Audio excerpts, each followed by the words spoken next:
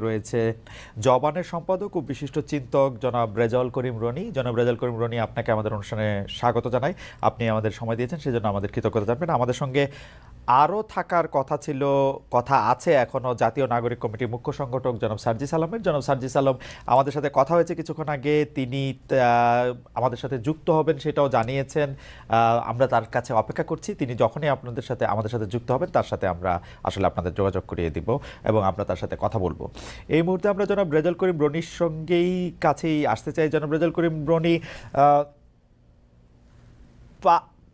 5 আগস্টের পরে তো আওয়ামী লীগ পালিয়ে আছে, মানে আওয়ামী লীগের সভানেত্রী পালিয়ে গেছেন, কাউকে কোনো কিছু না বলে হঠাৎ করে তিনি পালিয়ে গেছেন। সেই পালিয়ে যাওয়াটাও আসলে তিনি নানা ধরনের বয়ান আমরা নানা জায়গা থেকে শুনছি যে তিনি আসলে বাধ্য হয়ে পালিয়ে গেছেন, তিনি পালিয়ে যান নাই, তাকে তাকে তাড়িয়ে দেওয়া হয়েছে, ইত্যাদি ইত্যাদি ইত্যাদি। কিন্তু ফ্যাক্ট রিমেন্স, আওয়ামী লীগ বাংলাদেশ থেকে পালিয়ে গেছে, শেখ হাসিনার নেতৃত্বেই পালিয়ে গেছে। এখন তাদের প্রধান কার্যালয় পরিত্যক্ত, দেশের মাটিতে প্রকাশ্য তাদের কোনো রাজনীতি নেই। এমন অবস্থায় এই যে ধানমন্ডি 32 নম্বরের বাড়ি, বঙ্গবন্ধু শেখ মুজিবুর রহমানের বাড়ি ঘোষণা দিয়ে ভাঙা, আগুন ভাঙচুর, এর তাৎপর্য কি? মানে এই ভাঙাভাঙি, ধূলিসাৎ করা, আগুন দেওয়া ঠিক আছে কিনা, আপনার কাছ থেকে এটা আমরা শুনতে চাই। ধন্যবাদ খালিদ ভাই আমাকে ডাকার জন্য, এবং যে যেখান থেকে আমার কথা শুনছেন সবাইকে আমার সালাম এবং শুভেচ্ছা এবং আমার কৃতজ্ঞতা জানবেন। দেখেন, বাংলাদেশে আপনার আওয়ামী লীগকে আমরা কিভাবে চিন্তা করতাম, আওয়ামী লীগকে আমরা একটা রাজনৈতিক সংগঠন মনে করতাম। এটা ছিল আমাদের ফার্স্ট মিস্টেক। এটা কোনো রাজনৈতিক সংগঠন না। কারণ হলো এটা একটা ফ্যাসিবাদ, এটা দুই আমল মিলেই। হ্যাঁ, শেখ মুজিব 71 আগে তার ভূমিকা এটা ইতিহাস নির্ধারণ করবে, কিন্তু 71-এর পরে শেখ মুজিবের হাতে প্রথম বিচার বহির্ভূত হত্যাকাণ্ড শুরু, এবং আপনার মানে রাষ্ট্রীয় স্বৈরতন্ত্র যেটাকে বলেন, স্বৈরতন্ত্রের জনক সে সে তাকে বলতে পারেন আপনারা। তারপরে সেই আপনার ধারার একটা চূড়ান্ত পরিণতি আমরা দেখলাম শেখ হাসিনার হাতে। তো সেই চূড়ান্ত পরিণতি আপনার এমনটাই হইল, এমন একটা তুঙ্গে যায় অবস্থান করলো যে তাকে ছাত্র জনতার অভ্যুত্থানের মধ্য দিয়ে পালিয়ে যেতে হলো। তার মানে দেখা গেল দুই আমল মিলে এটা একটা এমন ফ্যাসিবাদ। ফলে ফ্যাসিবাদ আমরা জানি ক্লাসিক্যালি, থিওরিটিক্যালি, যে ফ্যাসিবাদের কোনো রাজনীতি থাকে না, থাকে একটা দানবীয় সংগঠন, এবং সেই সংগঠনটাকে পরিচালিত করে একদল অলিগার্ক। হ্যাঁ, তারা টিকায় রাখে। এইটাই হলো ফ্যাসিবাদ, এবং সেটা বেস করে প্রধানত মিথ্যার উপরে। যেখানে দরকার নেই সেখানেও সে মিথ্যা কথা বলে, কারণ সত্য কথা বললে তারা রাজনীতি থাকে না। তো এরকম একটা জিনিস, যেটা ফ্যাসিবাদের থাকে হলো একটা দানবীয় সংগঠন, থাকে না কোনো রাজনীতি, সেরকম একটা সংগঠনকে রাজনৈতিক সংগঠন আমরা মনে করতাম। এটা ছিল আমাদের একটা প্রধান মিস্টেক। এখন ডিরেক্ট আপনার প্রশ্নে যদি আসি, তাহলে দেখেন, হ্যাঁ, 5 তারিখেই তো আপনার এটা মাটির সাথে মিশে যাওয়ার কথা ছিল, এত দেরিতে কেন? এই প্রশ্ন কিন্তু কেউ কেউ তুলছে। হ্যাঁ, মাটির সাথে মিশে যাওয়া, তারপরে হলো এদেরকে আপনারা ধরেন যে চীনের দুঃখ হোয়াংহো নদী, বাংলাদেশের দুঃখ গোপালগঞ্জ, হ্যাঁ, সেটাও আমরা জানি। তো কিন্তু এতদিন পরে কেন? এতদিন পরে কারণ হলো এটা তো স্পার্ক ব্যাটারিতে উস্কায় দিচ্ছে শেখ হাসিনা। ভারতে বসে আপনি ধরেন, হ্যাঁ, বিভিন্ন গ্রুপে এবং এমন এমন সমস্ত লাইভে সে আসে, এক পর্নোগ্রাফারের লাইভে সে আইসার আগে কথা বলছে। হ্যাঁ, আমি বাই দ্য ওয়ে, আমি শেখ হাসিনার কোনো কথাবার্তা শুনি না, কারণ বাংলাদেশের রাজনীতিতে আপনার আওয়ামী লীগ শেখ হাসিনা নিয়ে যদি কথা বলতে হয়, এর চেয়ে দুঃখজনক আর হয় না। এর চেয়ে এটা পুরোটাই সময়ের অপচয়। কারণ আমরা রক্তের বিনিময়ে একটা পোস্ট আওয়ামী অবস্থার মধ্যে পৌঁছাইছি, এবং আমাদের রাজনীতি বিকশিত হবে a country without Awami League. এখানে যখন আমরা পৌঁছাইতে পারবো তখন আমরা বিকাশ শুরু হবে। তো এখনো পর্যন্ত যদি আমরা 32, হ্যাঁ, 71-এর চেতনা, আওয়ামী লীগ, মুক্তিযুদ্ধ এগুলোর মধ্যে আটকাই থাকি, তাহলে আমার রাজনীতির বিকাশটা হবে কখন? এইটা আপনার এবং সরকারের পক্ষ থেকে কি বলা হচ্ছে যে এটা 32 নম্বরে যে হামলাটা, এটা হলো শেখ হাসিনা যে উস্কানিমূলক কর্মকাণ্ড, ভারতে বসে তারই তার তার বিক্ষুব্ধ জনতা, হ্যাঁ, এটা তাদের রাগের বহিঃপ্রকাশ আকারে করছে। আমি মনে করি শুধু রাগের বহিঃপ্রকাশ না, সেটা হলো আওয়ামী ফ্যাসিবাদের রাজনীতির পুরা মডেল। এইটা বাংলাদেশের আর মানুষ দেখতে চায় না, মানুষ আর যে চায় না তার একটা ধরেন সিম্বল এটা। এবং এটা আমি তো মনে করি শুধু মাটির সাথে ঘুরাই দেওয়া, এইটা, হ্যাঁ, হিংসা, বহিঃপ্রকাশ, ক্রোধ, রাগের প্রকাশ, এটা একটা হইতে পারে, কিন্তু এইটা না। আপনাকে গোটা সমাজের যে আওয়ামীকরণ, সমাজের যে আপনার চারোদিকে যে আওয়ামী লীগ, মানে আওয়ামী লীগের আমলে আমরা কি দেখছি, সবাই আওয়ামী লীগ আবার কেউ আওয়ামী লীগ না। হ্যাঁ, এই জায়গার থেকে আপনাকে মুক্ত হইতে হবে। Okay. বাড়ি ভাঙ্গা গোটায় দেওয়া এগুলো তো সিম্বলিক, এগুলি বড় ইস্যু না। বড় ইস্যু হলো আওয়ামী লীগ যে একটা নফসানিয়াত আকারে আপনার বাংলাদেশের রাজনীতি মানুষ এবং ফ্যাসিবাদের যে সামাজিকরণ হয়েছে বিশেষ করে শাহবাগের পরে, এটা তো আসলে একটা কাল্ট আকারে মানুষের চরিত্রের মধ্যে ঢুকে গেছে। Okay. এই জায়গার থেকে দেশকে মুক্ত করতে হবে। 32 নাম্বার ভাঙলো বা থাকলো এটা বড় ইস্যু না। কারণ কি জানেন, অভ্যুত্থানের পরে একটা ফ্যাসিস্ট রিজিমের বিদায়ের পরে পৃথিবীর কোন দেশে, পৃথিবীর ইতিহাসে কোথাও আপনি দেখাইতে পারবেন না যে ফ্যাসিবাদের আপনার কেবলা বলেন, মন্দির বলেন, এগুলোকে পূজার জন্য প্রোটেক্ট করা হয়েছে বা রাইখা দেওয়া হয়েছে। এগুলো সবই ঘুরাই দেওয়া হয়েছে। এটা কমন ফেনোমেনা, এটা নাথিং নিউ, এটা পৃথিবীর সব জায়গায় ঘটে। ফলে বাংলাদেশে এটাকে ইস্যু বানানোটাই একটা, আমি মনে করি যে একটা কি বলে যে অদরকারি। ঠিক আছে, মানে আপনি মনে করতেছেন যে এই বাড়িটা আরো আগে ভাঙে দেওয়া দরকার ছিল, কালকে একটু দেরিতেই ভাঙছে, তাই তো? জি জি। ওকে, তো সেইটার কারণ হিসেবে আপনি বলতেছেন যে আওয়ামী লীগকে আপনি রাজনৈতিক সংগঠন বলতে নারাজ। আপনি অনেকগুলি প্রশ্নের যদি একটু ছোট ছোট করে জবাব দেন, কারণ হচ্ছে যে আওয়ামী লীগকে আপনি আগাগোড়াই একটা ফেসিবাদী ভাবাদর্শের একটা ফেসিবাদী একটা জায়গা আপনি মনে করেন।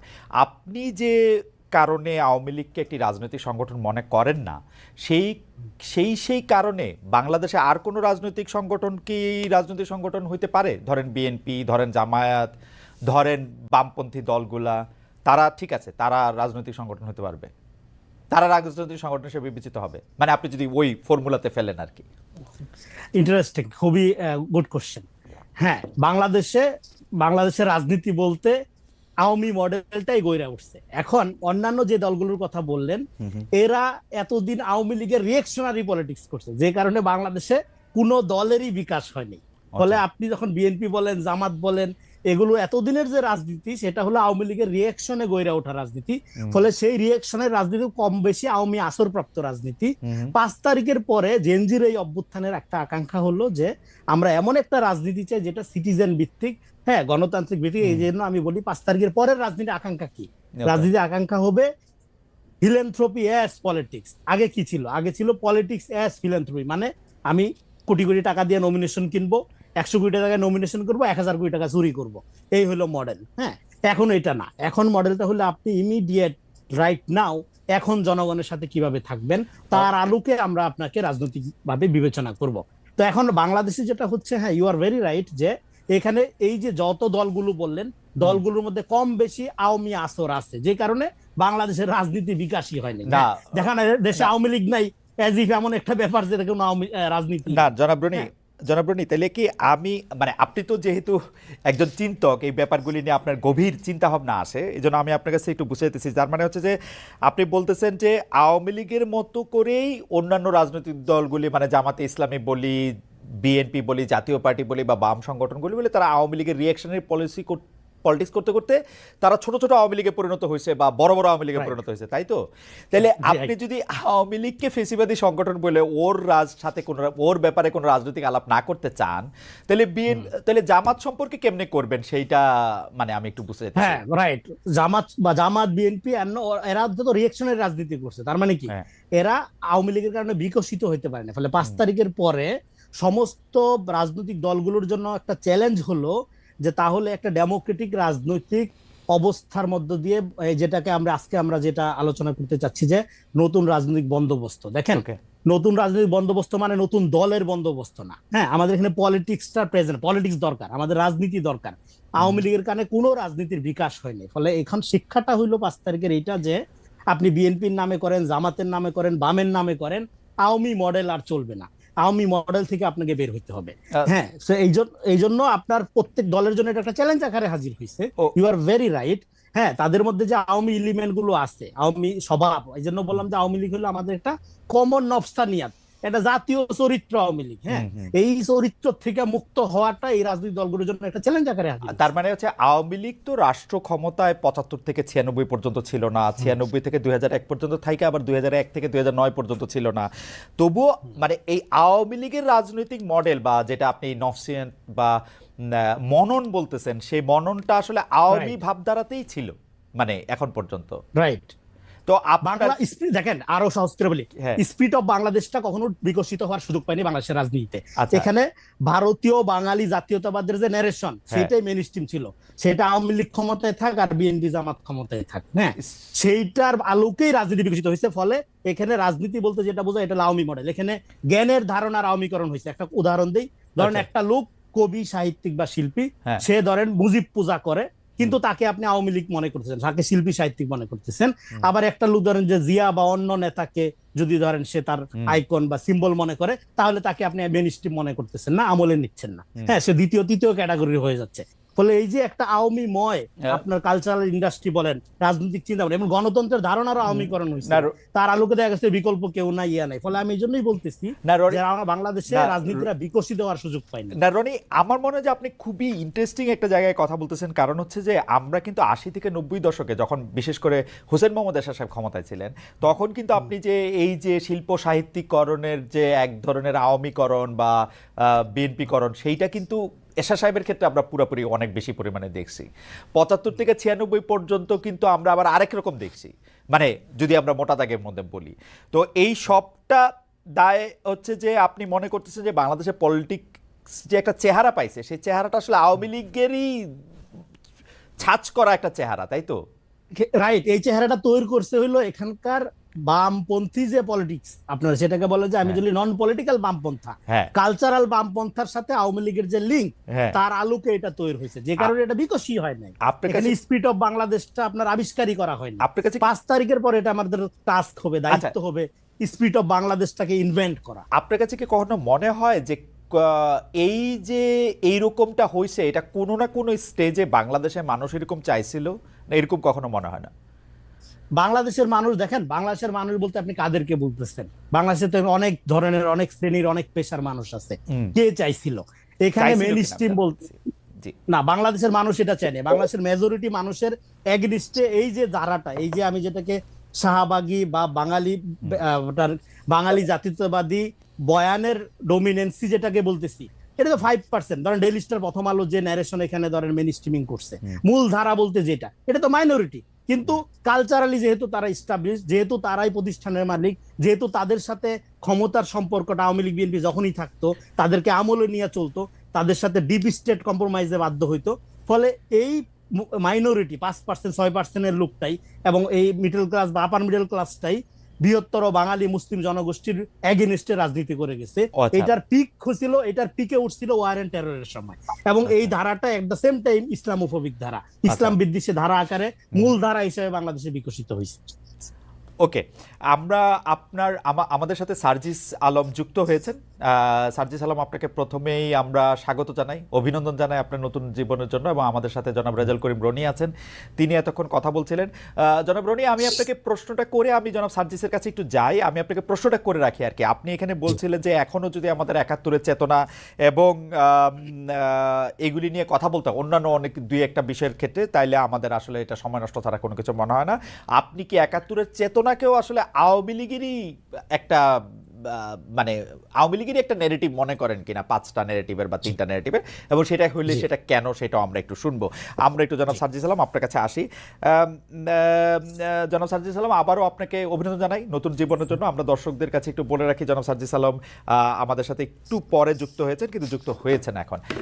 নতুন জীবনের জন্য অভিনন্দন জানাই সার্জিস। আমরা খেয়াল করি যে গতকাল বিবিসি বাংলার একটা শিরোনাম ছিল যে ভাঙার ঘোষণা দিয়ে ধানমন্ডি ৩২ নম্বরে হামলা।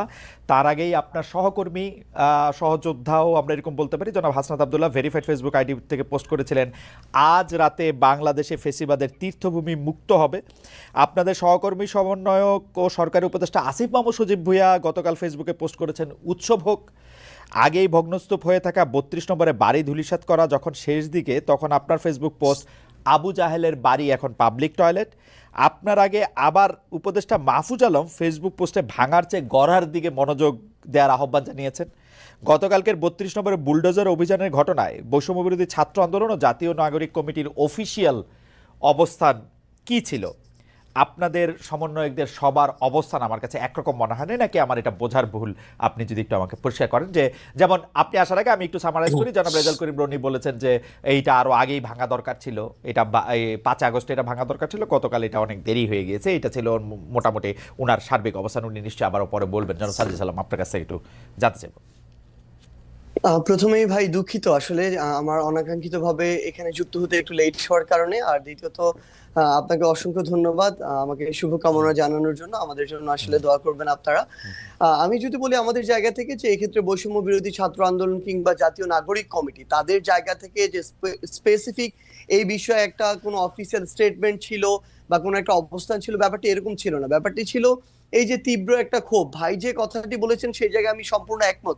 এই বিষয়গুলো শুধু এটা নয়, আরো এরকম অনেক তীর্থভূমি রয়েছে আসলে, যেগুলো যে চূড়ান্ত যে আমাদের এই পুরো বাংলাদেশের মানুষের যে ক্ষোভ বা এই বহিঃপ্রকাশ, এটা আসলে 5ই অগস্ট কিংবা 6 আগস্ট ওই সময়ে হওয়ার কথা ছিল, হওয়া উচিত ছিল। এটা আসলে অনেক দেরি হয়ে গিয়েছে।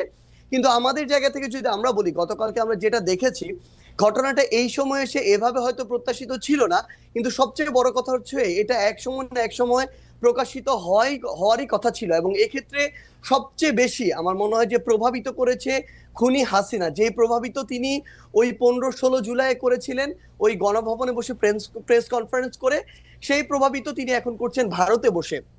তিনি যখন এখনো তার জায়গা থেকে এমন টোনে কথা বলেন যে এই টোনে তিনি কথা বলেছিলেন ওই জুলাইয়ের আগে, তিনি যখন এখনো তার ভিতরে বিন্দুমাত্র কোনো অনুসূচনা দেখা যায় না, কিংবা তার যে কথা বা এই যে এতগুলো খুন করেছে সেগুলোর জন্য যে দায় নেওয়ার যে বিন্দুমাত্র মানসিকতা, সেটাকে বিন্দুমাত্র অ্যাড্রেস না করে বরং যারা এই অভ্যুত্থানের সাথে সরাসরি সম্পৃক্ত তাদেরকে প্রত্যক্ষ এবং পরোক্ষভাবে বিভিন্ন রকম আবার ওই ট্যাগ দিয়ে যখন উপস্থাপন করার চেষ্টাটা করা হয়, এই যে এতগুলো মানুষকে খুন করা হয়েছে তার নির্দেশে, সেগুলোর জন্য বিন্দুমাত্র তার জায়গা থেকে সহানুভূতি না দেখিয়ে বরং তার ওই পূর্বের ইতিহাস দিয়ে যে সিম্পেথি নেয়ার যে তার একটি প্রক্রিয়া সবসময় তার ভিতরে দেখা গিয়েছে, সেটা যখন তিনি আবারও করেন তখন মানুষের ভিতরে একটা ক্ষোভ তৈরি হয়।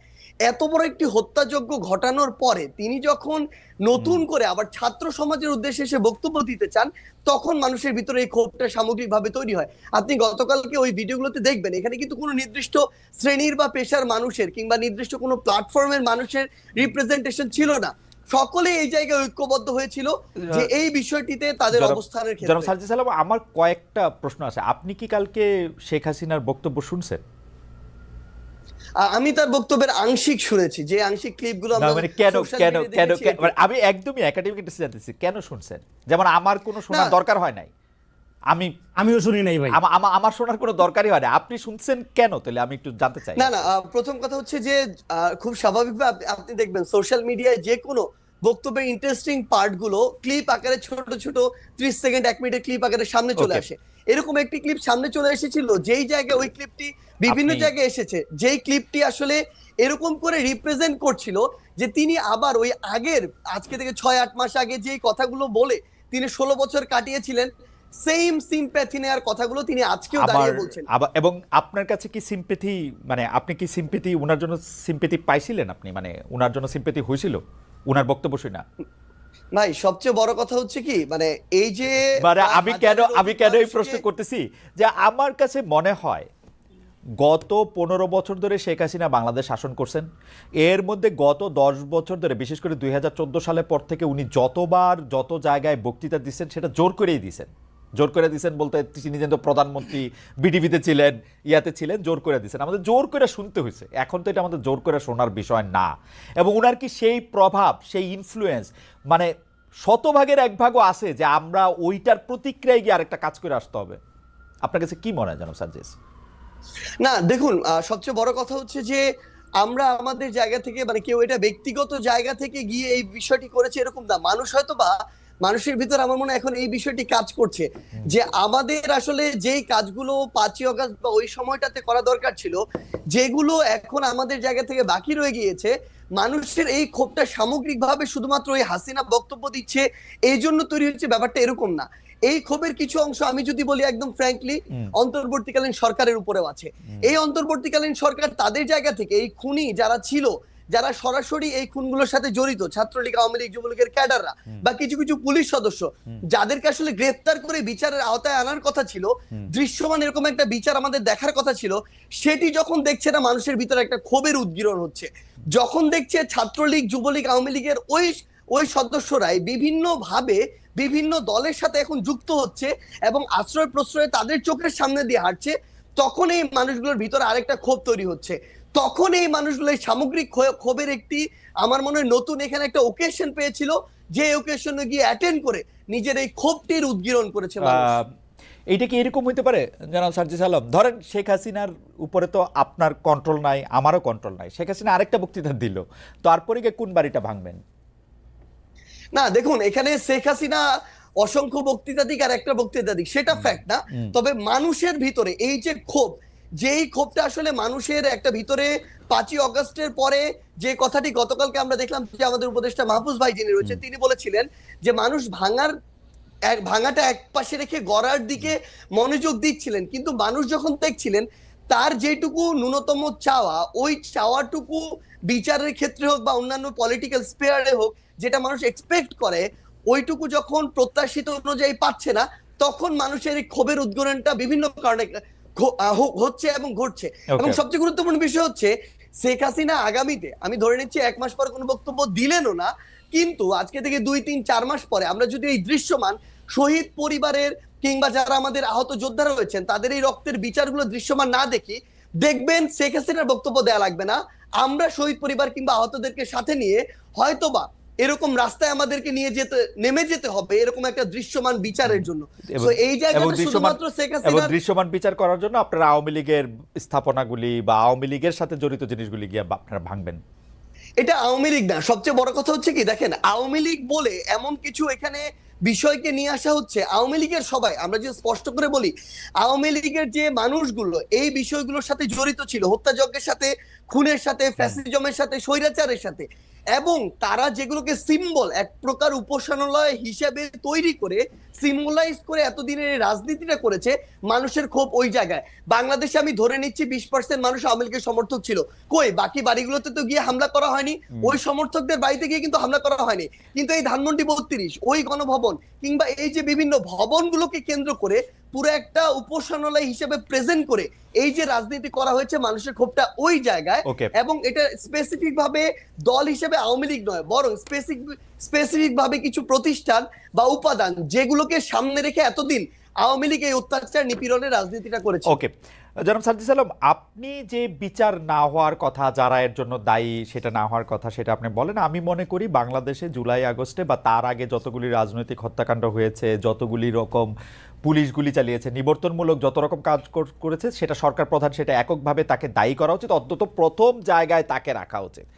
এখন আমরা তার বিচার না হওয়ার জন্য, তিনি যে এখন ইন্ডিয়ায় বসে আছেন এর জন্য আসলে স্পেসিফিকলি, এবং তার দলের লোকজন, আমরা প্রথমে শুনেছিলাম এতজন আছেন ক্যান্টনমেন্টে, পরে শুনলাম এই কয়জন আছেন, সেই কয়জন চলে গেছেন।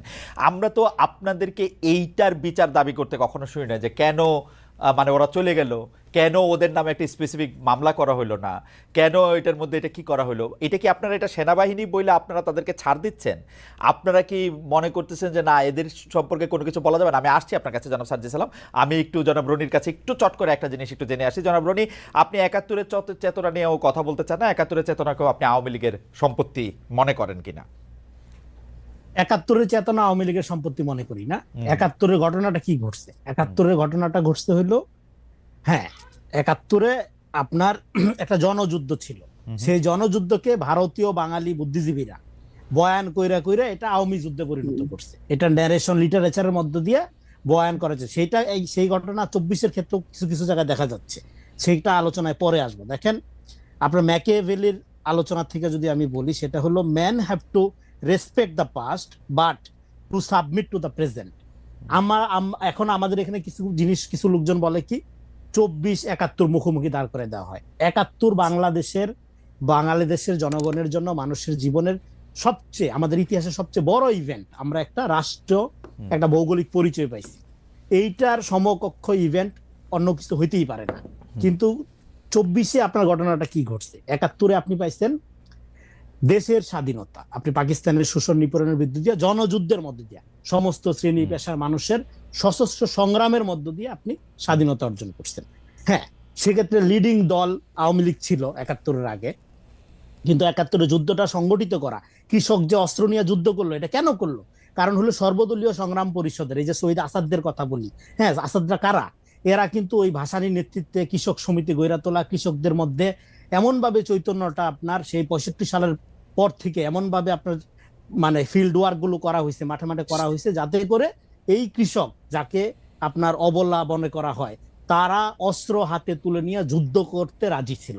হ্যাঁ, সিম্বল আকারে তখন আওয়ামী লীগ গুরুত্বপূর্ণ রাজনৈতিক দল আকারে দায়িত্ব পালন করে, তাদের নেতৃত্বে হ্যাঁ যুদ্ধ হয়েছে। কিন্তু মাঠে যুদ্ধ সংগঠিত করে আপনি যদি একটা গবেষণা করেন যে আওয়ামী লীগের বড় বড় নেতা আর মুক্তিযুদ্ধের শহীদদের তালিকা, দেখবেন যে আওয়ামী লীগ লজ্জা পেয়ে যাবে। এই যে মুক্তিযুদ্ধ ব্যবসায়ী দলটি, হ্যাঁ, এরা তো যুদ্ধ করছে কোথায়? বড় অংশ তো কলকাতায় আশ্রয় ছিল।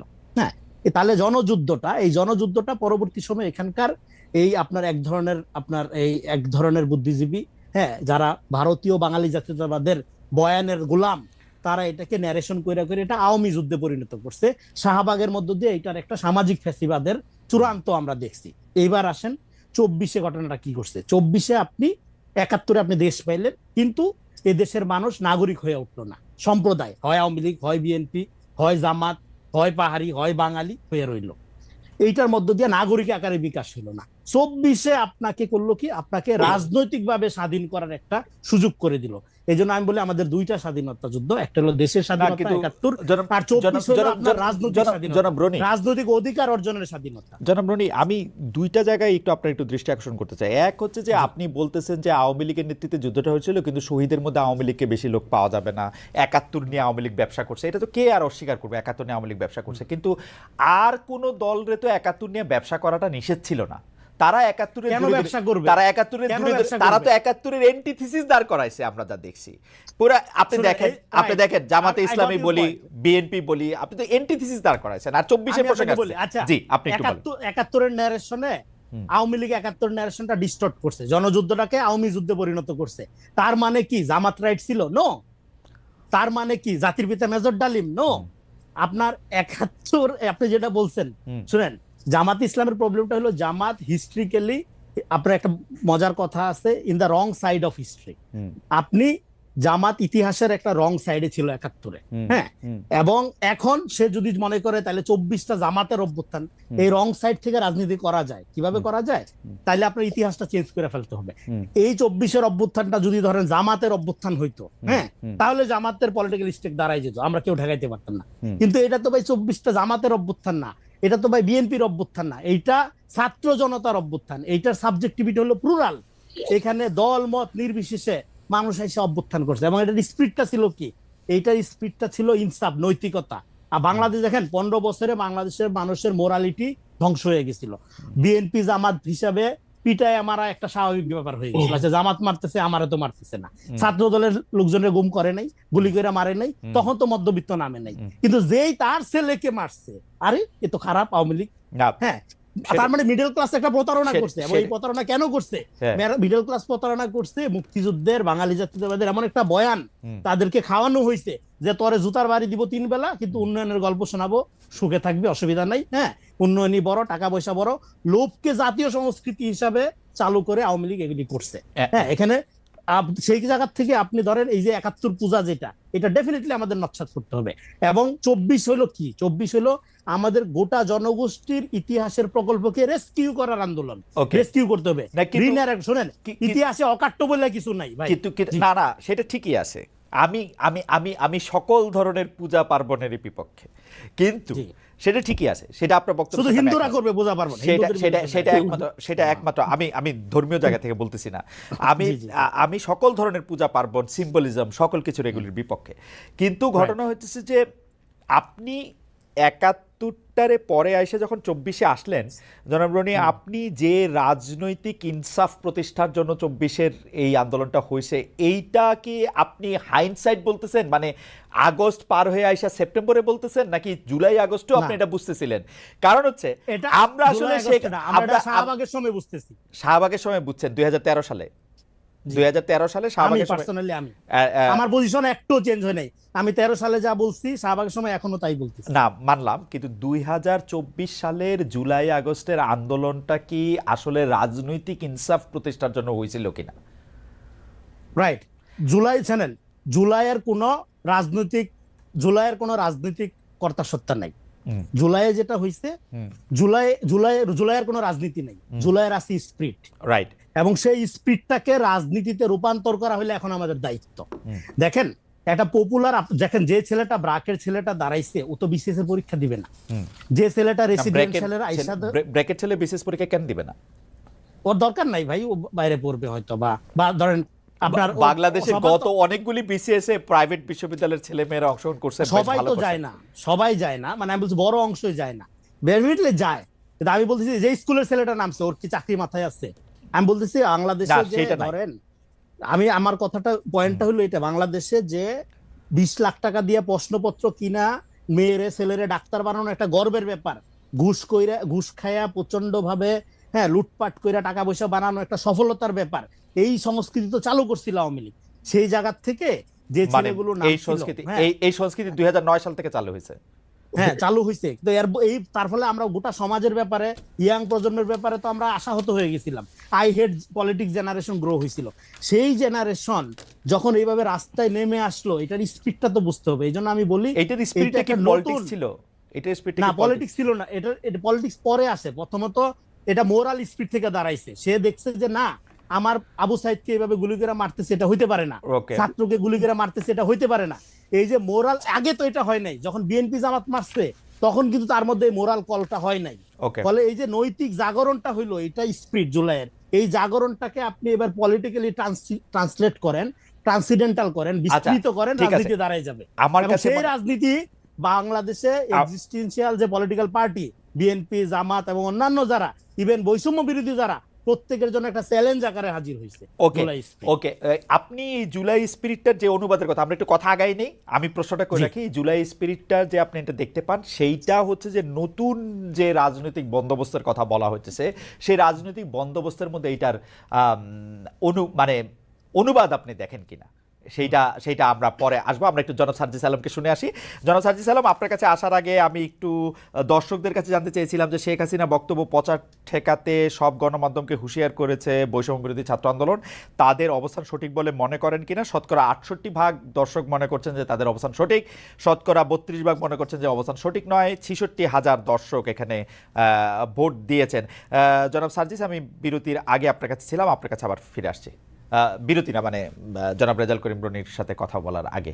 জনাব সার্জিস আলম, আপনি আপনার জায়গা থেকে ভাই একটা জিনিস একটু জাস্ট ক্লিয়ার করেন, ওই যে ছাড় দেওয়ার কথাটা বলেছিলেন, এটা কাদেরকে ইন্ডিকেট করে? অর্থাৎ এটা কি সেনাবাহিনী নাকি অন্তর্বর্তীকালীন সরকার? না না, আমরা শুনেছিলাম যে আওয়ামী লীগের যারা শীর্ষস্থানীয় নেতৃবৃন্দ আছেন, আওয়ামী লীগ, যুবলীগ, ছাত্রলীগ, বা তাদের মধ্যে অনেকে প্রাণ ভয় সেনাবাহিনীতে, ক্যান্টনমেন্টে আশ্রয় নিতে গিয়েছিলেন। তাদের একটা মোটামুটিভাবে তাদের একটা সংখ্যাও বলা হয়েছিল আইএসপিআর থেকে এটা দিয়ে, কিন্তু পরে আমরা দেখলাম তাদের কাছে এই সংখ্যক লোক তাদের কাছে আসলে নাই। আবার এদের কিছু লোক আবার এদের মধ্যে আছে। আমি সেজন্য জানতে চাইছিলাম যে আপনারা কি আসলে এই যে যাদেরকে ছেড়ে দেওয়া হলো, এমনকি শেখ হাসিনাকে যে বিদেশে চলে যেতে দেওয়া হলো পদত্যাগের পরে, এর জন্য কি আপনারা সেনাবাহিনীকে বা কাউকে আসলে দায়ী মনে করেন কিনা? আপনারা যে বিচারের কথা বলছেন, দেখেন দুইটা বড় বিষয় সার্জিস। একটা হচ্ছে যে এই আওয়ামী লীগের এই অন্যায়, অত্যাচার, হত্যা, গুম, খুন, 15 বছরের গণতন্ত্রহীনতা, সব প্রতিষ্ঠান ধ্বংস করা, এগুলির জন্য যে শাস্তির দাবি, সেই শাস্তি যে না হওয়া, সেই বিচার কার্য শুরু না হওয়া, সেটার জন্য আপনি আসলে কারে দায়ী করবেন? এখন তো আপনারা ক্ষমতায়, আপনাদের পছন্দের সরকার ক্ষমতায়, তাই না? দ্বিতীয় কথা হচ্ছে যে এই জুলাই আগস্টে যারা শহীদ হয়েছেন, সেই শহীদদের মধ্যে থেকে যারা আহত হয়েছেন, তাদের চিকিৎসার জন্য, তাদের টাকা পয়সা দেওয়ার জন্য যে সরকারের, আমি কোট আনকোট ব্যর্থতা বলতেছি, সেইটার জন্য আপনি আসলে কাকে দায়ী করবেন? আপনি নিজেও আপনি দেখেন যে জুলাই স্মৃতি ফাউন্ডেশনের সাধারণ সম্পাদকের দায়িত্বে আপনি আর থাকলেন না। কারণ হচ্ছে যে এই পুরো ব্যাপারটা যদি আপনি বলেন, যেই দুইটা বিষয় নিয়ে আপনি আসলে দায়ী করতেছেন যে আওয়ামী লীগের বিচার হচ্ছে না, শহীদদের বা আহতদের পাচ্ছে না, তার জন্য আপনি দায়ীটা করবেন কারে আসলে?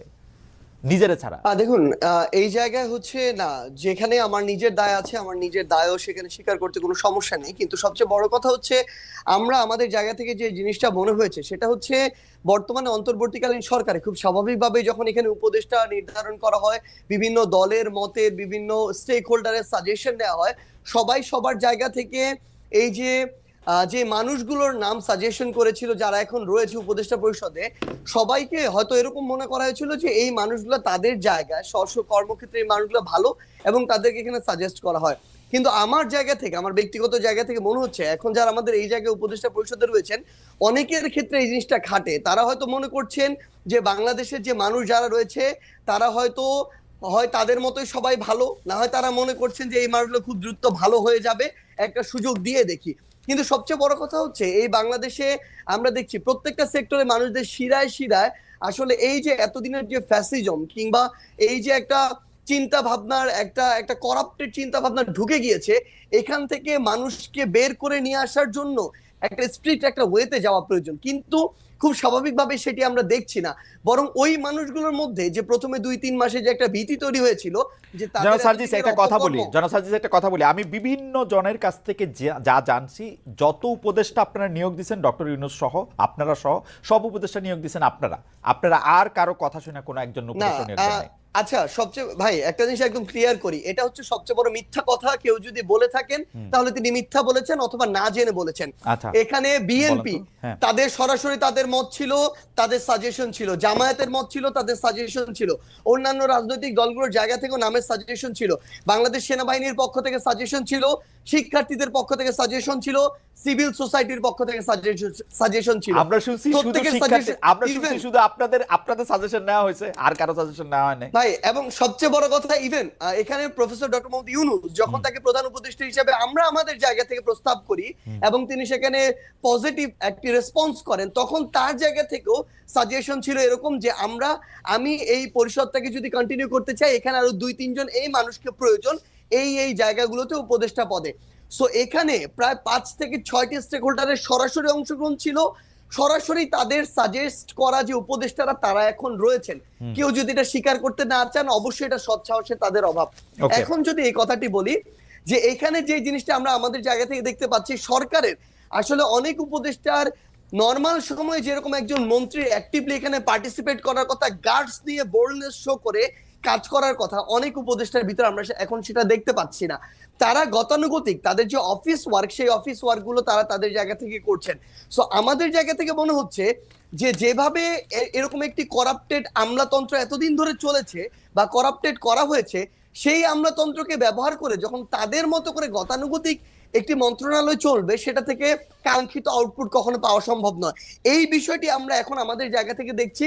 এই যে বিচারিক যে প্রক্রিয়াটি, আপনি সেনাবাহিনীর এখানে ক্যান্টনমেন্টে প্রায় 6 শতাধিক বিভিন্ন মানুষজন তাদের আত্মগোপনে থাকার কথা যেটি বলছেন, আমরা আমাদের জায়গা থেকে বৈষম্য বিরোধী ছাত্র আন্দোলন প্ল্যাটফর্ম, জাতীয় নাগরিক কমিটি প্ল্যাটফর্ম, এই জায়গা থেকে আমরা সরকারকে পুশ করেছি। আমাদের যারা ছাত্র উপদেষ্টা 3 জন রয়েছে সরকারে, তাদেরকে বলেছি, তারা তাদের জায়গা থেকে সরকারকে বলেছে, সেনাবাহিনীকে বলেছে। সেই জায়গায় সেনাবাহিনী একটা রিপোর্টও দিয়েছে। শেষ করি একটু, সেই রিপোর্টে যেটি দেখানো হয়েছে যে রাজনীতিবিদ যারা ছিল তাদের সংখ্যাটা বেশ কম, ইভেন এটা 100-রও নিচে, তারা বলছেন অ্যারাউন্ড 50-এর মতো। এবং এই জায়গাটার সংখ্যাটা সবচেয়ে বেশি হচ্ছে কিছু পুলিশ কর্মকর্তা, কিছু আমলাতন্ত্রের কিছু আমলা, তারা তাদের পরিবার সহ ওই বিভিন্ন বাড়িগুলোতে তাদের আত্মীয় স্বজন বাসায় আশ্রয় নিয়েছিলেন। এবং সবচেয়ে বড় সংখ্যাটা হচ্ছে আমলা এবং পুলিশ, যারা এই হত্যাযজ্ঞের সাথে সরাসরি জড়িত ছিলেন, যারা ওই আমলাতন্ত্রে বসে শেখ হাসিনাকে সার্ভ করেছেন। সেই জায়গায় এখন সবচেয়ে বড় যে সমস্যাটি হচ্ছে, তারা কিছুদিন আত্মগোপনে বা কাজে ঠিকমতো অংশগ্রহণ না করে এখন বিভিন্ন ফর্মে আবার অংশগ্রহণ করছেন, কিন্তু সরকারের জায়গায় যে একটি স্ট্রিক্ট হয়ে যে একটি ব্যবস্থা নেওয়ার যে প্রক্রিয়াটি, সেটি আমাদের জায়গা থেকে আমরা দেখছি না। বরং আমরা যেটি দেখছি যে ওই আমলাতান্ত্রিক যে বিচারিক প্রক্রিয়া, ওই জায়গায় সরকার এখন ঢুকে সেই প্রসেসের মধ্যে দিয়ে যাচ্ছে। জনাব সার্জিস, আপনি তো আসলে বাংলাদেশে এবং আপনি বাংলাদেশের মোটামুটি 5 জন গুরুত্বপূর্ণ লোকের একজন, আপনি ভালো বলতে পারবেন। আপনি আমাকে একটু বলেন তো, আপনি বললেন যে উপদেষ্টারা আসলে তাদের দায়িত্ব পালন করার ক্ষেত্রে অনেকটা, মানে আমি কি বলবো, যে অনেকটাই পরিচয় দিচ্ছে না, কিন্তু আমি দূর থেকে বাংলাদেশটাকে যা দেখি, যে বাংলাদেশটাকে চালাইতেছেন আপনারা 3 জন যে সমন্বয়ক উপদেষ্টা পরিষদে আছেন সেই 3 জন এবং আপনি এবং জনাব হাসনাত আব্দুল্লাহ, আপনারা 5 জন যদি ধরে নেই তাহলে এই যে কি জানি বলে নাগরিক কমিটির জনাব পাটোয়ারি, জনাব আক্তার, তারাও কিছুটা সরকার চালাচ্ছেন। আপনারা সব জায়গায় সালিশ মোকদ্দমা করতেছেন, আপনাদের কথায় আপনারা বদলি করতেছেন, আপনাদের কথা আমি যা শুনি আর কি, এগুলি কি মিথ্যা? মানে উপদেষ্টাদের মধ্যেও অনেকে এইটি দেখতেছেন যে আপনারা যেটা বলতেছেন, আপনারা যেদিকে যাইতেছেন দেশটা সেদিকেই যাচ্ছে। ব্যাপারটা এরকম না? মানে আমরা জাস্ট আপনাকে একটা জিনিস বলি ভাই, হ্যাঁ। মানে এই মুহূর্তে সবচেয়ে বড় সমস্যাটা যে জায়গাটাতে হয়েছে সেটা হইতেছে এই আমরা আসলে এই অভ্যুত্থানের সামনের সারিতে থাকার কারণে মানুষের এক্সপেকটেশনের কেন্দ্রবিন্দু হয়ে গেছে অল্প কিছু মানুষ, এবং এই এই জায়গাটাতে আমাদের এঙ্গেজমেন্টের জায়গা, যেমন আজকে যদি দেখেন আমার শহীদ পরিবার আজকে তাদের দ্রুত বিচারিক এই প্রক্রিয়ার জন্য তারা শাহবাগে আজকে অবস্থান করলো।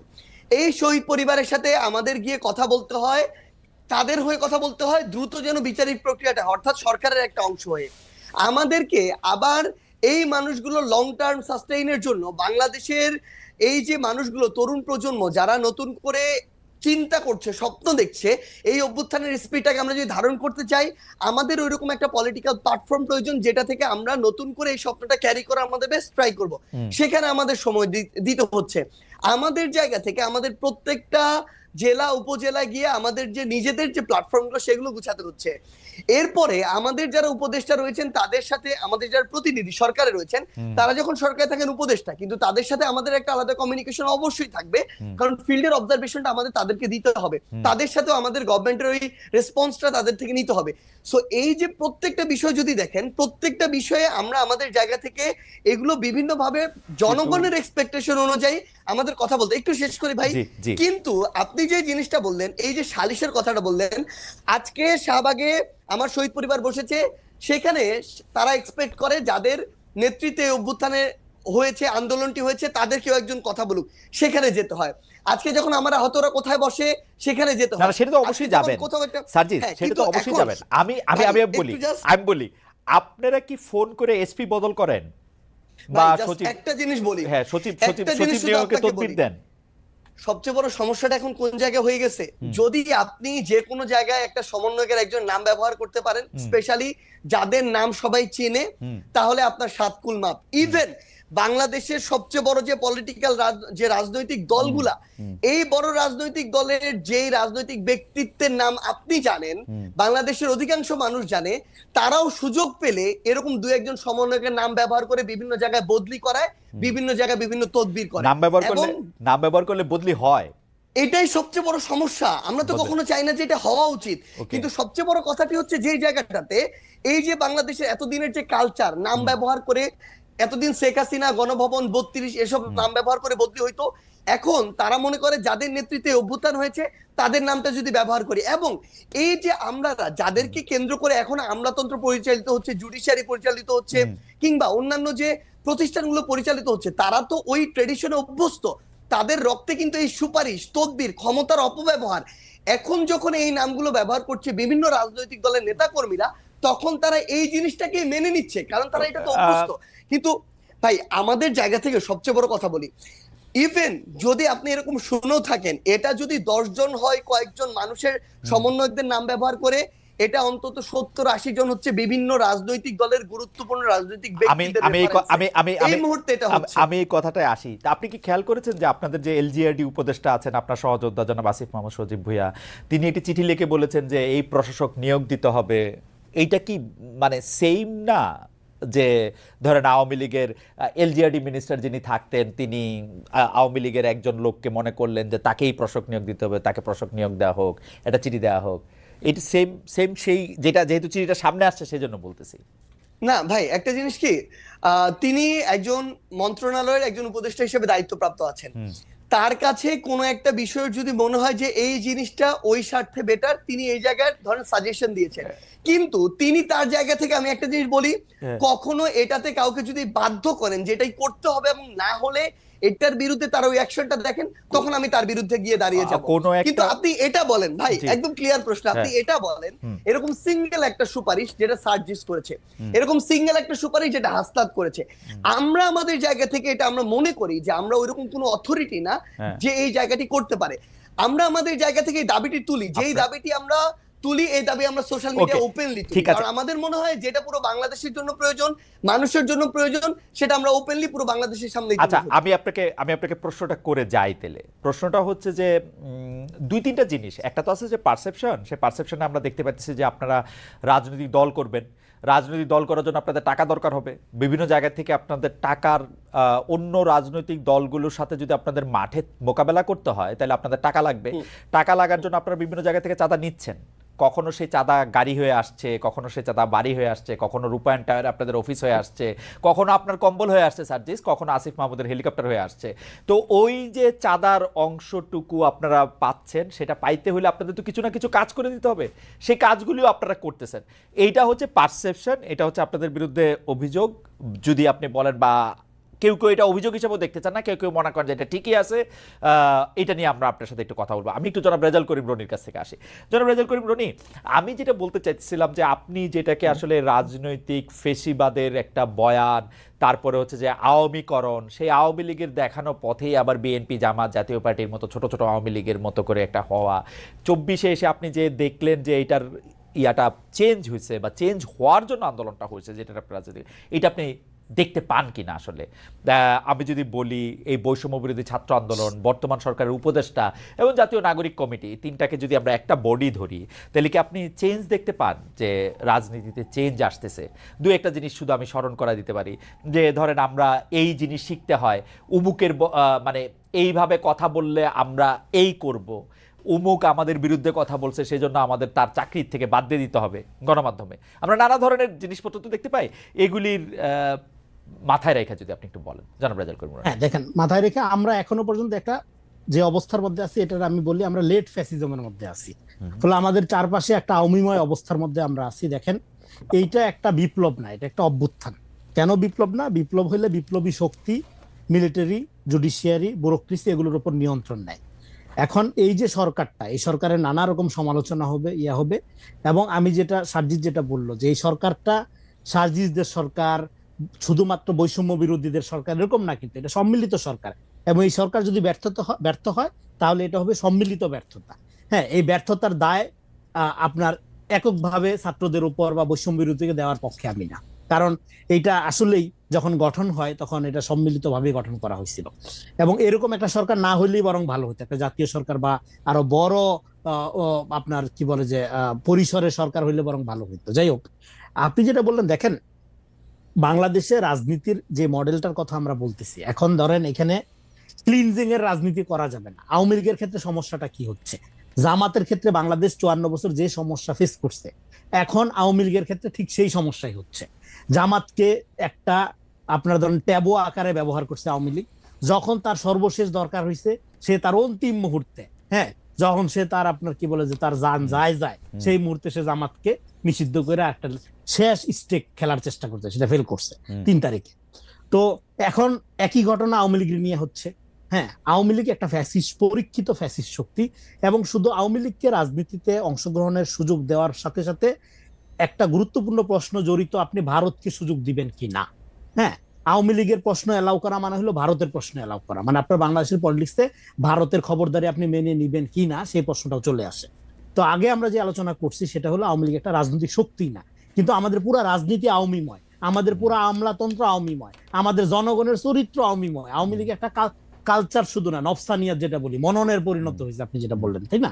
তো সেই জায়গা থেকে আপনার পুরা জাতিকে মুক্ত না করলে, আপনি যদি হিউম্যান কোয়ালিটি ভালো করতে না পারেন, সিটিজেন যদি আপনার তার মূল পেশনটাই থাকে যে ধর্মার কাঠ চুরি করব, নিজে ভালো থাকবো, বাড়ি করব, গাড়ি করব এবং বড়লোক হবো, এটাই উন্নয়ন সফলতা, সে দেশে তো গণতন্ত্র হবে না, সে দেশে তো রাইট হবে না।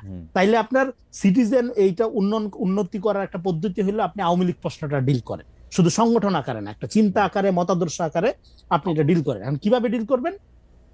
সেই জন্য আমি বলতেছি আমাদের ট্রুথ অ্যান্ড রিকনসিলিয়েশনের প্রক্রিয়া লাগবে। এই যে দেখেন, আমাদের বাংলাদেশে ঐক্য একটা জায়গায় আছে, সেটা হলো আওয়ামী লীগের বিরুদ্ধে সবাই ঐক্যবদ্ধ, ছাত্ররা ঐক্যবদ্ধ, জামাত ঐক্যবদ্ধ, বিএনপি ঐক্যবদ্ধ। কিন্তু সার্জিস যেভাবে আওয়ামী বিরোধী, জামাত কিসেভাবে আওয়ামী বিরোধী, বা বিএনপি কিসেভাবে আওয়ামী বিরোধী, বা আমি কিসেভাবে আওয়ামী বিরোধী, না, আওয়ামী বিরোধীদের মধ্যে তারতম্য আছে। আবার বাংলাদেশে যদি ধরেন 3 ভাই থাকে, এক ভাই আওয়ামী লীগ, এক ভাই বিএনপি, এক ভাই জামাত, তো আপনি কি এক ভাইরে পিটে মেয়েরা ফেলবেন আর 2 ভাইয়ের সামনে? ও কি সেভ করতে আসবে না? ফলে শেল্টারের প্রশ্নটাও আপনার চলে আসে তখন, যে আওয়ামী লীগ পুনর্বাসন করার চেষ্টা করতেছে। আরে ভাই, পুনর্বাসন করার কিছু না, বাংলাদেশের চরিত্র এলো আওয়ামী লীগ। হ্যাঁ, তো সেই জায়গাতে আপনি মুক্ত করবেন কিভাবে? মুক্ত করার পদ্ধতিটা হলো ডি আওয়ামীকরণ করা, যেটা সেটা কি, সে বাংলাদেশ পুনর্গঠন খুবই সহজ। সেটা হলো আওয়ামী লীগ যা করছে আপনি তা করবেন না, বাংলাদেশ দাঁড়াই যাবে। হ্যাঁ, সেটা আপনি কিভাবে করবেন? এবং বাংলাদেশকে পলিটিক্যালি এডুকেটেড করা। দেখেন, জনগণ কিন্তু প্রতারিত হয়েছে আওয়ামী লীগের দ্বারা। আওয়ামী লীগ সমর্থকরা তার নেতৃত্ব তারে ফেলায় উড়াল দিচ্ছে। হ্যাঁ, সে যদি ট্রু ফ্যাসিস্ট হইতো, সে যদি রিয়েলি তার নেতা কর্মীরা ভালোবাসতো, সে তো তার পাশে থাইকা যেত, ফাইট করতো। হ্যাঁ, যে আমার ইডিওলজি এইটা, আমি এইভাবে শাসন করি, আমি বাচ্চাদেরকে, দেখেন এই বাচ্চাদের যে মারা হয়েছে যেভাবে, হ্যাঁ, এটা আমি তো দীর্ঘদিন ট্রমাটিক ছিলাম, কথাই বলতে পারিনি। এটা নিয়ে আওয়ামী লীগের লোকজনের কোনো ফিলিংস নেই, কারণ তারা মনে করে তারা হলো রাজাকার মারছে, তারা 25 সালে 24 সালে রাজাকার মারছে। কিন্তু আওয়ামী লীগের কিছু কিছু লোকজন আবার মনে করে যে যারা আন্দোলন করছে তাদের কেউ কেউ এটার মধ্যে এই হত্যাকাণ্ডে অংশ নিয়েছে। আরেকটা বয়ান আছে সেটা আওয়ামী লীগ কোনোদিন সত্য কথা বলে না আর কি, মানে আওয়ামী লীগ সমর্থন মানে একটা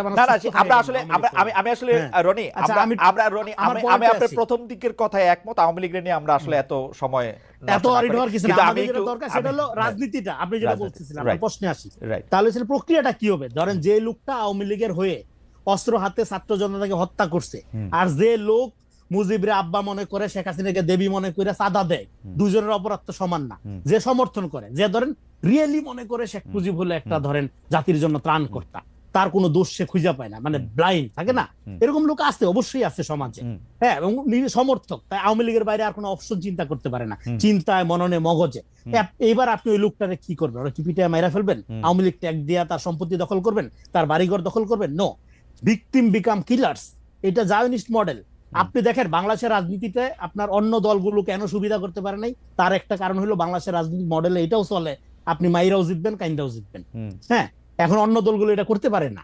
আপনার সেই জায়গা থেকে তাহলে আওয়ামী লীগের ব্যাপারে আপনার একটা পলিসি লাগবে, সেটা হলো আপনি ট্রুথ এন্ড রিকনসিলিয়েশন করেন। সমাজে যে বিপুল আওয়ামী সমর্থক আছে তাদেরকে আপনি হিলিং করেন, তাদেরকে বোঝান যে তোমরা এরকম একটা রাজনৈতিক আদর্শ দ্বারা চালিত হইছো যেটা তোমাদেরকে ক্ষতিগ্রস্ত করছে। বাংলাদেশ ট্রুথ এন্ড রিকনসিলিয়েশন তো আমি আসলে আবার আপনার কাছে আসবো, কিন্তু এই ট্রুথ এন্ড রিকনসিলিয়েশন তো মনে হয় বাংলাদেশের সকল পলিটিক্যাল পার্টিরই লাগবে, যেহেতু আওয়ামী লীগ হচ্ছে আওয়ামী লীগ, বাকিরা হচ্ছে জামায়াত হচ্ছে আওয়ামী লীগের অনুসারী একটা জামাত লীগ, বা বিএনপি হচ্ছে ওরকম একটা, তো সেইটাতে তো সবারই লাগবে। মানে আপনি কি সেরকমই মনে করতেছেন যে সবারই একটা ট্রুথ এন্ড রিকনসিলিয়েশনটা ম্যাসিভ হইতে পারে? যেমন ধরেন কোন ব্যক্তি আওয়ামী লীগের আমলে, হ্যাঁ, শেল্টারের জন্য আওয়ামী লীগ সাইজা ছিল, সে বলবে যে আমি এই কারণে আওয়ামী লীগ সাইজা ছিলাম, এই কারণে আমার মোরাল অবস্থার অবনতি হয়েছে, আমি এটার জন্য সরি, কিন্তু নেক্সট টাইমে আমি একটা ডেমোক্রেটিক বাংলাদেশে রাষ্ট্র গড়ে। দেখেন, আমাদের একটা জাতিগত ঐক্য লাগবে, আমাদের একটা পলিটিক্যাল কমিউনিটি হইতে হবে, আমাদের একটা সিটিজেনারি রাজনীতি লাগবে। আমি আবার প্রশ্নে ফিরে আসি, রাজনীতি আপনি কিভাবে করবেন যদি সমাজ দুই দিক থেকে ট্রমাটিক থাকে? এক হইলো 15 বছরে আওয়ামী লীগের অত্যাচারের ট্রমাটিক, আরেক হইলো আওয়ামী সমর্থকরা তার নেত্রী পালায় যাওয়াতে ট্রমাটিক। ফলে এখন মব দ্বারা এই কেওয়াস কি চলতে থাকবে? এই কেওয়াস কি বাংলাদেশের ভবিষ্যৎ? এটা তো হইতে পারে না। ওকে, সেই ভবিষ্যৎটা আসলে কি সেটা আমরা একটু শুনবো, কিন্তু রনি, আমি এই 6 মাসে মানে 5 আগস্টের পরবর্তী যে বাংলাদেশের রাজনীতির আরেকটা রূপ আমরা আশা করছিলাম, যেটাকে বৈষম্য বিরোধী ছাত্র আন্দোলন নতুন রাজনৈতিক বন্দোবস্ত বলছিল, সেইটাতে আপনি বৈষম্য বিরোধী ছাত্র আন্দোলনে কি দেখেন? আমার কাছে ক্যানকানি জানি মনে হয় যে অ্যাবসলিউটলি আওয়ামী লীগের দেখায় দেওয়া পথে, আওয়ামী লীগের দেখায় দেওয়া ছাঁচে হাঁটতেছে বৈষম্য বিরোধী ছাত্র আন্দোলন অন্য একটা ফরম্যাটে। আপনার কাছে কি মনে হয়, যদি আমি এই প্রশ্ন করি আর কি? দেখেন, আমি বললাম 24-এর কোনো রাজনীতি নেই, আছে একটা স্পিরিট। সেই স্পিরিটটাকে রাজনীতিতে রূপান্তর করার প্রথম বৈশিষ্ট্য কি হবে? প্রথম বৈশিষ্ট্য হবে পলিটিক্স অফ কেয়ার, ফিলান্থ্রপিক রাজনীতি, হ্যাঁ, ঐক্যবদ্ধ থাকার রাজনীতি। সেই রাজনীতিগুলোর ক্ষেত্রে দেখেন আপনার বৈষম্য বিরোধী বলেন, নাগরিক কমিটি বলেন, এদের ব্যাপারে আমি এখনো কমেন্ট করতে রাজি না। কারণ হইলো আপনার দল করা আর রাজনীতি করা একটা। আপনি রাজনৈতিক বন্দোবস্তের কথা যদি আপনি আমাকে বলেন, আমি বলবো বাংলাদেশে একটা রাজনীতি লাগবে, এটা শুধু সমস্ত পার্টিগুলোর জন্য একটা চ্যালেঞ্জ আকারে হাজির হয়েছে। হ্যাঁ, আর একটা হলো 5 তারিখে সমস্ত শ্রেণী পেশার মানুষের একটা অভূতপূর্ব ঐক্যের ফলে যে একটা অভ্যুত্থান হলো, সেই অভ্যুত্থানটাকে রাজনৈতিক বন্দোবস্ত ধরে নিয়ে আমাদের হাতে ক্ষমতা, এবার আমরা আমাদের মতো আচরণ করব, সেইটা একটা আওয়ামী প্রবণতা। তারপরে নির্বাচনের দরকার নাই, হ্যাঁ, জনগণের ম্যান্ডেট এইটাই, অভ্যুত্থানের সরকারি জনগণের ম্যান্ডেট, ভোটের কোনো দরকার নাই, ভোটের জন্য অভ্যুত্থান হয় নাই, এইটাও একটা আওয়ামী প্রবণতা। দেখেন আমরা জানি how fascism works, how fascism works, হ্যাঁ, ফ্যাসিজম কিভাবে ওয়ার্ক করে সেটা গ্লোবালি আমরা জানি, আওয়ামী লীগ হাসিনা আমাদের দেখাইছে। তো এখন আমি এই কথাটাই বারবার বলতে চাচ্ছি, সবার জন্য, এটা বৈষম্য বিরোধীর জন্য সত্য, একটা রাজনীতি লাগে ভাই, দলদারি করা কোনো ব্যাপার না। আপনি আমার 10 লাখ টাকা আজকে সকালে পাঠান, বিকালে আমি বড় দল করে আপনারা দেখাইতেছি, খুব বড় দল হবে না, 10 লাখ টাকা মানে খুব বড় দল হবে না, অসুবিধা নাই, যাই হোক আমি একটা কইরা দেখাইতে পারবো। ছোট দল হলো ভাই, বাংলাদেশে বামপন্থীরা 90 জন লোক 80টা দল করে বসে থাকে, দল করা তো সমস্যা না ভাই। আচ্ছা আমরা ঠিক আছে, জনাব রনি, আপনার লাগবে রাজনীতি। এখন কথাটা হলো এইটাই, জনাব রনি আপনি কথা বাদ দিয়ে আসল কথায় আসি। আসল কথাটা হইলো আপনার একটা রাজনীতি লাগবে। সেই রাজনীতিটা কি? সেই রাজনীতিটা হলো এতদিন বলা হইতো রাষ্ট্রের নাগরিকরা সব সময় জবাবদিহিতার মধ্যে থাকবে, রাষ্ট্রের কাছে অ্যাকাউন্টেবল থাকবে। নো, নাগরিকরা থাকবে স্বাধীন, রাষ্ট্র সবসময় জবাবদিহিতার মধ্যে থাকবে।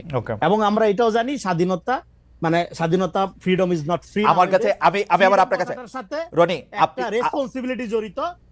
যে লোক রেসপন্সিবল না, তার ফ্রিডম এনজয় করার কোনো রাইট নেই। ওকে, আপনি আমার স্বাধীনতা দিবেন আর আমি বড় মুরগির রানটা আগে চাইনা নিয়ে খাইয়ে ফেলবো, আমার স্বাধীনতা এনজয়ের কোনো, এই জায়গা থেকে আমি আপনার কাছে মাস্ট বি রেসপন্সিবল। এই জায়গায় আমি আপনার কাছ থেকে জানতে চাইবো যে বাংলাদেশের মানুষ, মাফ করবেন, বাংলাদেশের মানুষ এখন ওইরকম রেসপন্সিবল কিনা, বা এরকম রেসপন্সিবল করতে হলে কি করতে হবে, এটা নিয়ে আমি আলাদা প্রশ্ন নিয়ে আসবো।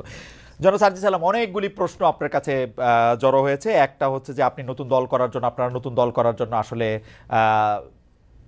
টাকা নেওয়া, চাঁদা নেওয়া, তারপরে তহবিল সংগ্রহ করা, এক ধরনের ক্যাশ ক্যাপিটাল না, সেটার দিকে যাচ্ছেন কিনা। আর জনাব রনি একটি কথা তুলেছেন যে আপনারা নির্বাচন চান না, এটাই আমাদের ম্যান্ডেট, সেইটা একটা আওয়ামী প্রবণতা, এবং অন্যান্য আওয়ামী প্রবণতাও আপনাদের মধ্যে দেখেছেন কিনা। আমিও ওই প্রশ্ন করেছিলাম যে আপনাদের কাজ মাঝে মাঝে আমার কাছে খুবই আওয়ামী লীগের মতো মনে হয়। পুরো ব্যাপারটা ধরে যদি একটু বলেন।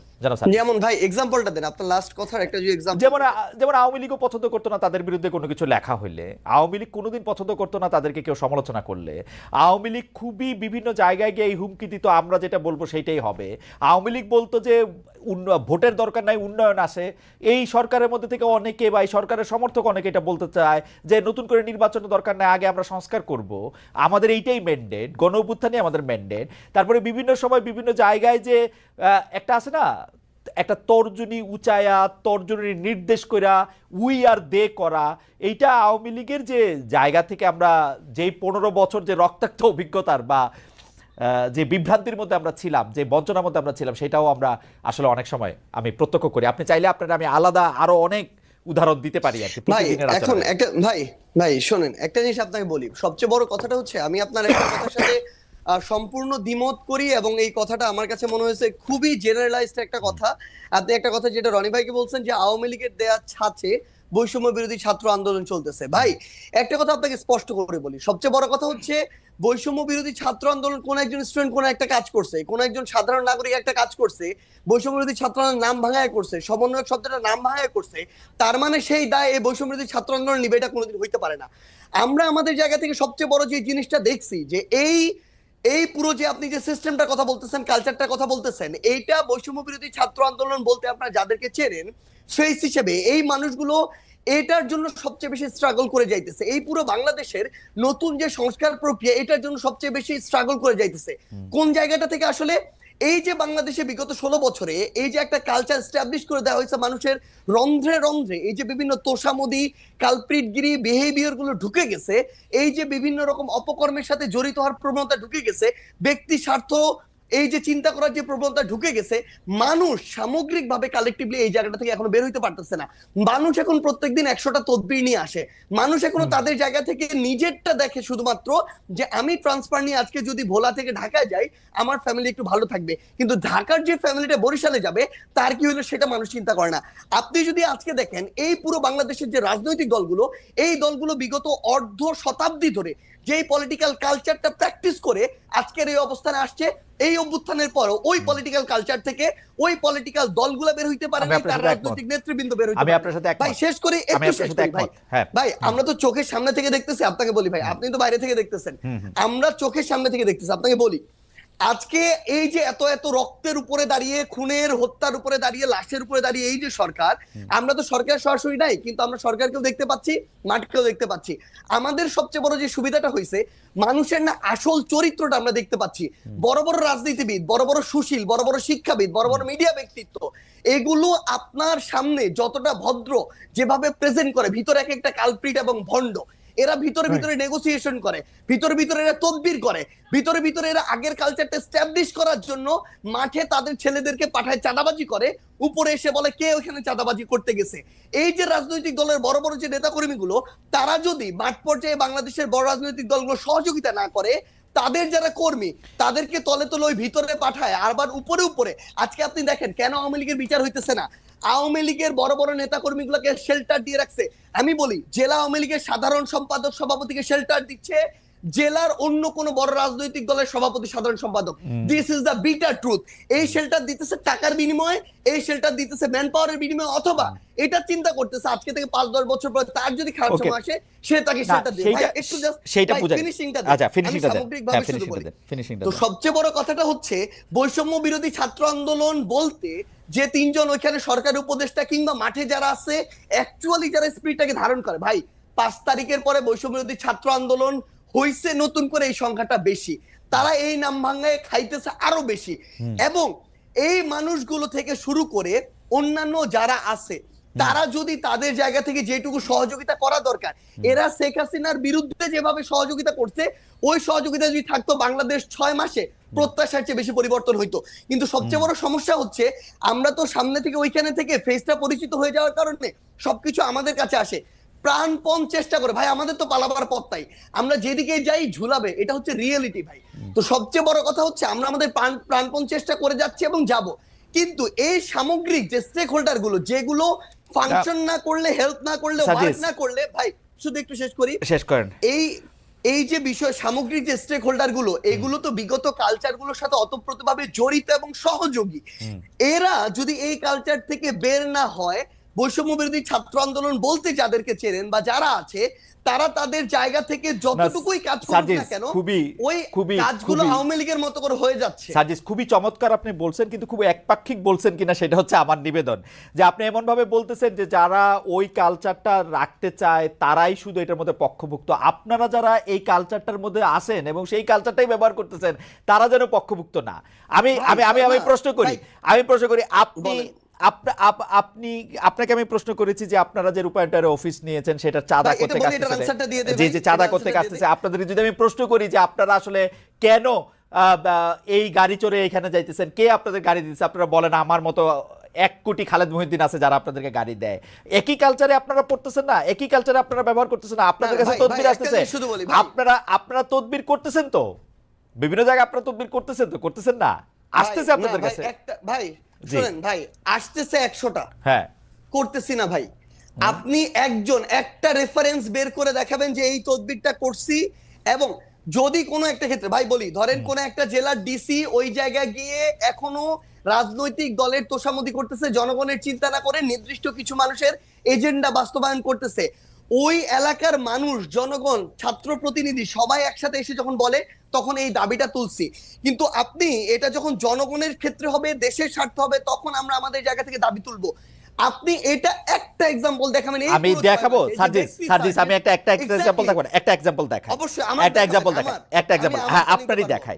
আমার এটা বলতে মানে এটা খুব ইচ্ছা ছিল না, কিন্তু যাই হোক, একজন জুডিশিয়ারির একজন খুব উঁচু পদের কর্মকর্তা আমাকে জানিয়েছেন, আমি বলি, সেটা হচ্ছে আপনার বাবার তদবিরের কারণে নিয়োগ বন্ধ করে দেওয়ায় পঞ্চগড়ের জেলা জজ আর চিফ জুডিশিয়াল ম্যাজিস্ট্রেটকে মিনিস্ট্রিতে অ্যাটাচড করা হয়েছে। ভাই শুনেন একটা কথা বলি, মানে এই যে এটার চেয়ে বড় প্রোপাগান্ডা, এবং আপনি শুনেন জাস্ট একটা एग्जांपल, পুরো পঞ্চগড় জেলার যত মানুষ আছে তাদেরকে জিজ্ঞাসা করবেন, পুরো পঞ্চগড় জেলার বৈষম্য বিরোধী ছাত্র আন্দোলন আছে তাদেরকে জিজ্ঞাসা করবেন, পুরো পঞ্চগড় জেলার বৈষম্য বিরোধী ছাত্র আন্দোলন পুরো জেলা কোর্ট থেকে শুরু করে এভরিথিং ব্লক করে রাখছিল শুধু একটা কারণে, এই জেলা জজ এবং চিফ জুডিশিয়াল ম্যাজিস্ট্রেট তারা তাদের জায়গা থেকে একটা নিয়োগ প্রক্রিয়ার পরীক্ষার আগে তারা বিভিন্ন জায়গায় ম্যান সেট করে রাখছিল, এবং ওইখানে যারা পরীক্ষার্থী ছিল তাদের প্রতিবাদের মুখে পড়ে তারা পরীক্ষাটা পর্যন্ত বন্ধ করে দিতে বাধ্য হয়। এবং সবচেয়ে মজার বিষয় হচ্ছে, একটু অ্যাড করি ভাই, সবচেয়ে মজার বিষয় হচ্ছে ওইখানে অ্যাপ্লাই করেছিল মনে করেন 2000 স্টুডেন্ট, তারা তাদের মতো করে বিভিন্ন এক্সকিউজ দিয়ে প্রায় অর্ধেক স্টুডেন্টকে পরীক্ষা দিতেই দেয় না, বাকিদেরকে দিয়েছিল। এবং এরপর এটা পর্যন্ত রেফারেন্স ওই স্টুডেন্টদের পরীক্ষার্থীদের কাছে চলে গিয়েছিল, বিভিন্ন পলিটিক্যাল দল তাদের জায়গা থেকে লিস্ট পাঠিয়েছিল। এবং এই চিফ জুডিশিয়াল ম্যাজিস্ট্রেট এবং জেলা জজ যিনি রয়েছেন তারা বিগত সময়ে আওয়ামী লীগের সময়ে তারা ওই সময় যে আইন এবং বিচার মন্ত্রণালয়ের যিনি মন্ত্রী ছিলেন তার লিস্ট দেখে দেখে পঞ্চগড়ে নিয়োগ দিয়েছে। এই অভিযোগগুলো এক করে পুরো পঞ্চগড় জেলা ওই পরীক্ষা যারা পরীক্ষার্থী তারা রাজপথে নেমেছিল, মানুষ নেমেছিল, বৈষম্যবিরোধী ছাত্র আন্দোলন নেমেছিল। কোন সিঙ্গেল একজন পার্সন যদি এটা বলতে পারে, ভাই আমিও বলতে পারি খালেদ মহিউদ্দিন ভাই বিগত সময়ে এরকম অনেক কঠিন কঠিন টকশো করেছেন, কিন্তু তারপরও আওয়ামী লীগের বিরুদ্ধে কঠোর হন নাই। সাপোজ এটা এরকম আসতেছে এই জন্য ভাই 100 কোটি টাকা পেয়েছিলেন, এটা আমি বললাম, কিন্তু এটা কোনোদিন সত্য হইতে পারে না। আপনি সিঙ্গেল এরকম একটা দেখাবেন যে কেউ একজন বলবে যে আমাদের একটা রেফারেন্স ওই জায়গায় গিয়েছিল যে কারণে আমরা এটা বাধা দিয়েছি। আচ্ছা, প্রথম কথা যে আপনি কি এই সমস্যার সমাধান করলেন, মানে এই সমস্যার সমাধানে আপনি নেতৃত্ব দিলেন? ধরেন আমি কেন নেতৃত্ব দিব? না ভাই, সবচেয়ে বড় শুনেন, আপনার কাছে অভিযোগটা আসছে, তারপর আপনি এটা সমাধান করলেন, ব্যাপারটা কি এরকম? না না না, আমার কাছে অভিযোগ কেন আসবে? আমার কাছে কোনো অভিযোগই আসে নাই। আমরা আমাদের জায়গা থেকে যে জিনিসটা দেখেছিলাম যে যখন পঞ্চগড় জেলার বৈষম্যবিরোধী ছাত্র আন্দোলন এই একটা মানে আগে থেকেই ঠিক করা নিয়োগ প্রক্রিয়ায় যাচ্ছিল, এবং তাদের আগের রেকর্ডগুলো এরকম যে বিভিন্ন রেফারেন্সে, বিভিন্ন সুপারিশে এবং অর্থ লেনদেনের মধ্য দিয়ে তারা নিয়োগ দিয়েছে। পুরো বৈষম্যবিরোধী ছাত্র আন্দোলন শুধু না, পুরো পঞ্চগড় জেলা জজ কোর্ট জানি, যত অ্যাডভোকেট আছে সবাই জানে যে তারা এগুলোর সাথে জড়িত। ভাই শেষ করি তো, তখন যখন তারা এই আন্দোলনে নামে সেই জায়গার জেলা প্রশাসক থেকে শুরু করে জেলা পুলিশ সুপার এবং অন্যান্য যারা, ইভেন আইন এবং বিচার মন্ত্রণালয়ের যারা যিনি দায়িত্বে রয়েছেন সচিব হিসেবে বা অন্যান্য হিসেবে, তারা তাদের জায়গা থেকে এই বিষয়টি শুধু আমাকে বলেছিল যে এইটুকু যেন দেখা যায় যে স্টুডেন্টরা যেন ওখানে ভাঙচুর না করে বিচারিক প্রাঙ্গণে। সেই জায়গাটিতে আমরা আমাদের জায়গা থেকে বৈষম্যবিরোধী ছাত্র আন্দোলনকে বলেছিলাম তারা তাদের যৌক্তিক আন্দোলন চালিয়ে দেখ, কিন্তু তারা যেন কোনো ভাঙচুর প্রক্রিয়া না যায়, এইটুকু। এটা হচ্ছে প্রশাসনিক বিষয় ভাই, কিন্তু না ভাই আমার মনে হয় যে একটা কথা অ্যাড করতে হবে ভাই, একটা কথা অ্যাড করতে হবে, সেটা হচ্ছে সবচেয়ে বড় বিষয় হইতেছে কি ভাই, কিছুদিন আগে আমি এরকম দেখছিলাম সোহরাওয়ার্দী মেডিকেলে একটা প্রেসক্রিপশনে লেখা সমন্বয়ক সার্জিস আলমের আত্মীয়, বাড়ি হচ্ছে নাটোর না পাবনা এরকম কিছু একটা জায়গা। আমার 14 গোষ্ঠীতে ভাই এখানে কেউ নাই। এখন অল্প কিছু নাম যেহেতু সবাই জানে, এই নামগুলোকে বিভিন্ন ভাবে ব্যবহার করা হয়। যখন দেখতেছে তার প্রত্যাশিত কিছু একটা হচ্ছে না, তখন যাকে তার সন্দেহ হচ্ছে তার বিরুদ্ধে এরকম এলিগেশন দিয়ে দিচ্ছে। কিন্তু এটা যখন ভাই একটা জিনিস শুধু বলি, এটা যখন আপনি আপনার জায়গায় এরকম, আপনি ভাই আমাদের কাছে অনেক রেসপেক্টেড, একদম সোজা বাংলা কথা বলি ভাই, সো সেই জায়গায় যখন এরকম মানে এরকম একটা কথা চলে আসে, কেউ একজন বললো ওইটা এরকম একটা মেইন স্ট্রিম জায়গায় চলে আসে, এটা খুবই অপ্রত্যাশিত। আর আপনাকে যদি অফিসের কথা এবং এই কথাটা বলি ভাই, আমি আমার জেলায় এ পর্যন্ত 8000 কম্বল দিয়েছি ভাই। এই টাকাটা কোনো চাঁদার টাকা না। এই 8000 কম্বল আমি যদি ওই মানুষগুলোর সাথে যোগাযোগ করে না নিতাম, ওই মানুষগুলো অন্য কাউকে দিত। বাংলাদেশে এরকম অন্তত কয়েক হাজার মানুষ আছে যারা প্রত্যেক বছর 10-20 হাজার কম্বল বিভিন্ন জায়গায় দেয়। আমি এর মধ্যে মনে করেন 10 জন মানুষের খোঁজ পেয়েছি বা খুঁজে বের করেছি। আমি ওটাতে যাচ্ছি ভাই, আমি তাদেরকে বলেছি যে ভাই আমার পঞ্চগড়ে প্রচন্ড শীত, আপনি যদি আমাকেও 1000 দিতেন আমি আমার মাধ্যমে বিতরণ করতাম তাহলে ভালো হতো। তারা দিয়েছেন, এইটুকুই কম্বলের বিষয়। 2 নম্বরে আসেন ভাই রূপায়ণ টাওয়ারের বিষয়। ভাই একদম স্পষ্ট কথা বলি, বাংলাদেশের রাজনীতি করতে বিগত রাজনৈতিক দলগুলো যেই লেভেলের টাকা খরচ করার কালচার তৈরি করেছে, একদম মানে কালো টাকা দিয়ে, সেটা যদি কন্টিনিউ হয় আমাদের দ্বারা বাংলাদেশের রাজনীতি করা সম্ভব না, একদম ক্লিয়ারলি বলে দিলাম। আমরা আমাদের জায়গা থেকে ভাই একটা ফাউন্ডেশন করার প্রসেস অলমোস্ট শেষের দিকে। এই ফাউন্ডেশনে ওপেন ফান্ডিং হবে দেশের এবং দেশের বাইরের। আমরা আমাদের জায়গা থেকে আমাদের ম্যানিফেস্টো তুলে ধরবো পুরো পৃথিবীর মানুষের সামনে। আমরা যদি আমাদের রাইট ট্র্যাকে থাকি তারা ফান্ডিং করবে, যদি না থাকি তারা ফান্ডিং করবে না।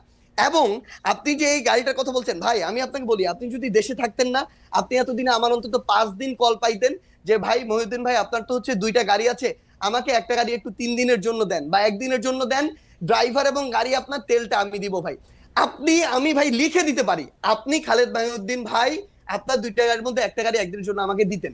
এরকম আমাদের বাংলাদেশে এই অভ্যুত্থান পরবর্তী সময় হাজার হাজার মানুষ আছে ভাই, যে 16 বছর পরে একটু হাফ ছেড়ে নিঃশ্বাস নিচ্ছে। এই মানুষগুলোর ওই সামর্থ্যটুকু আছে।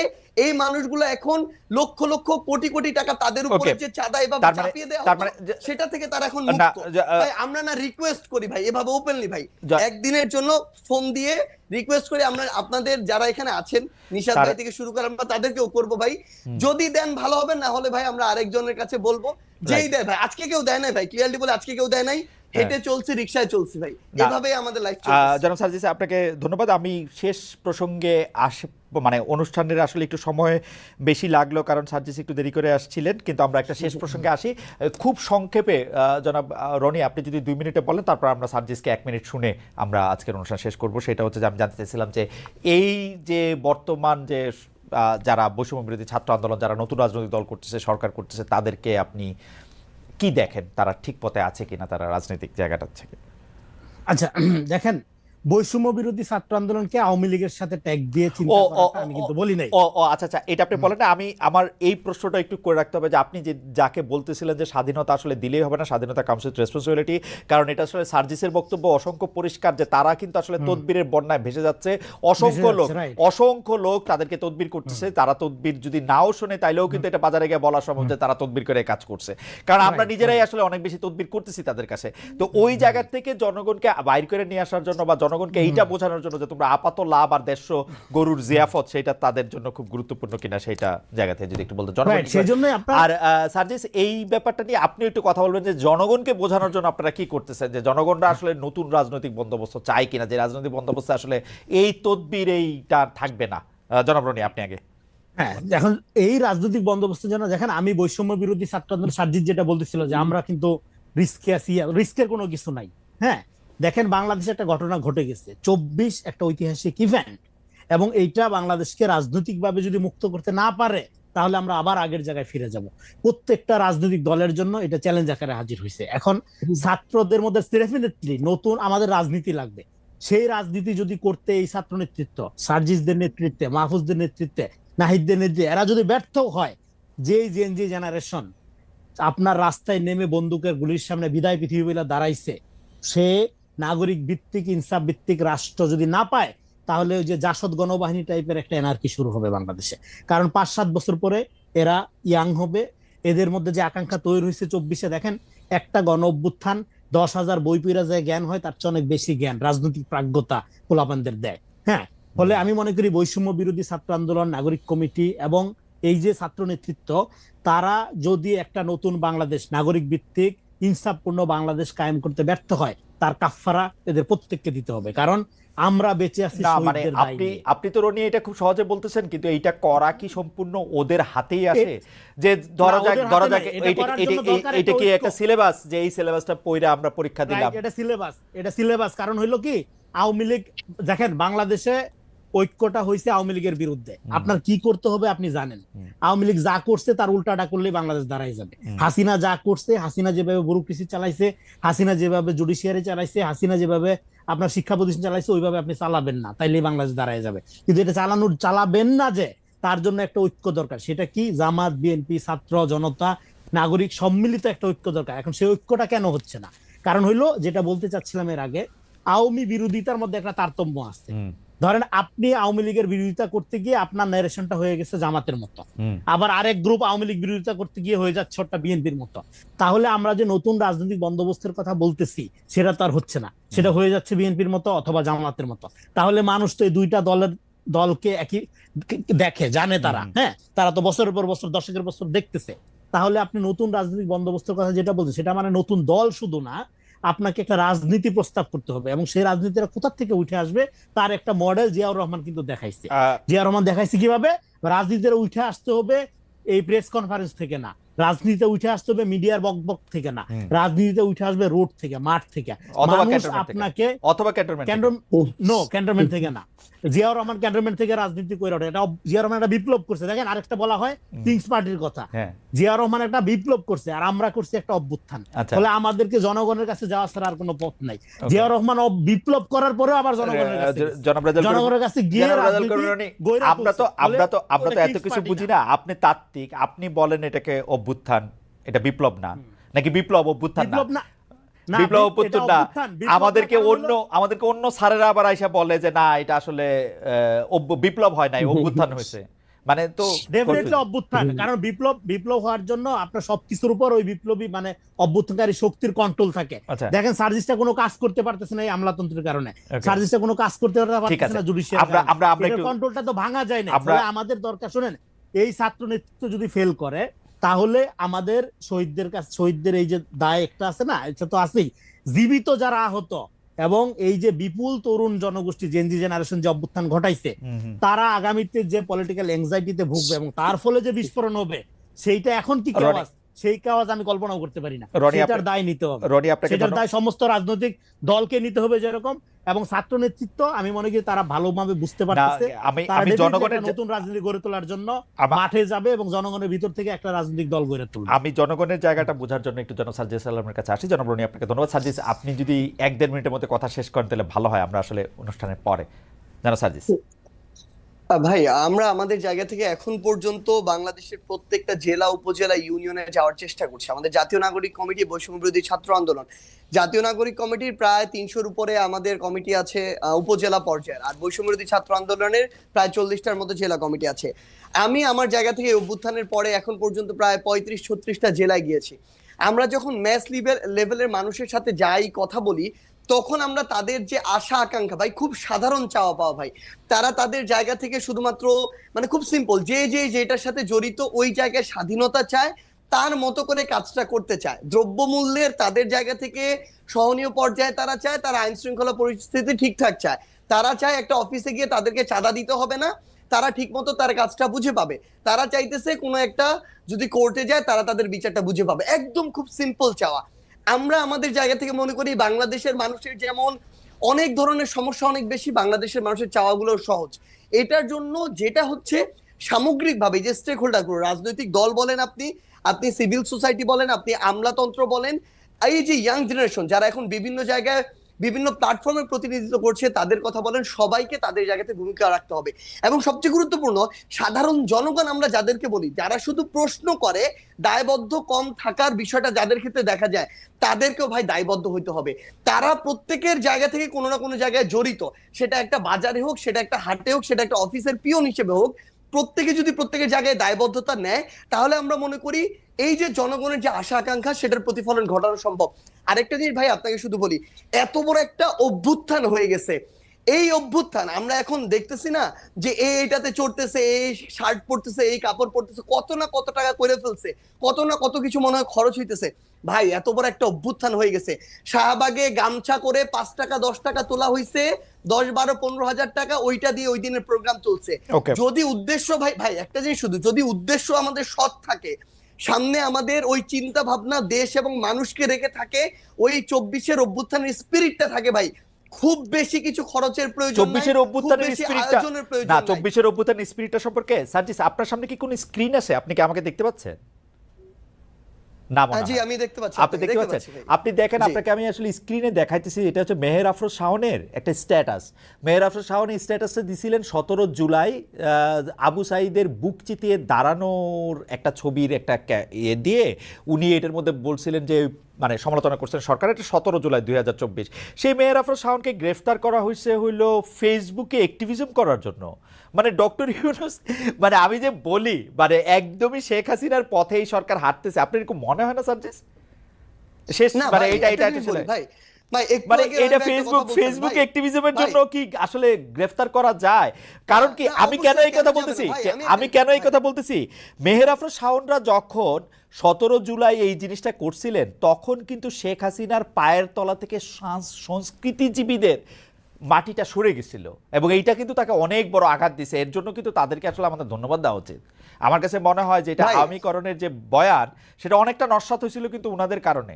যাই বলেন আপনি। ভাই একটা জিনিস একদম ভাই, না কেউ যদি ভাই জুলাইয়ে মেহের আফরোজ শাওন যেই আপনি যেটার কথা বললেন এই কাজের জন্য তাকে বাহবা দিতে আমাদের বিন্দুমাত্র কার্পণ্য নেই, কিন্তু সবচেয়ে বড় কথাটা হচ্ছে ভাই একটা জিনিস স্পষ্ট করে বলি, এই অভ্যুত্থানে ধরেন কোন একটা জেলায় যারা নির্দিষ্ট ওই সময়টাতে সমন্বয় করেছেন, যদি এই সংখ্যাটা 50 জন হয়ে থাকে, অভ্যুত্থানের পরবর্তী সময়ে ওই স্পিরিটটা ধারণ করে ওই জায়গায় সৎ থেকে কাজ করার সংখ্যাটা আর 50 জন নাই ভাই।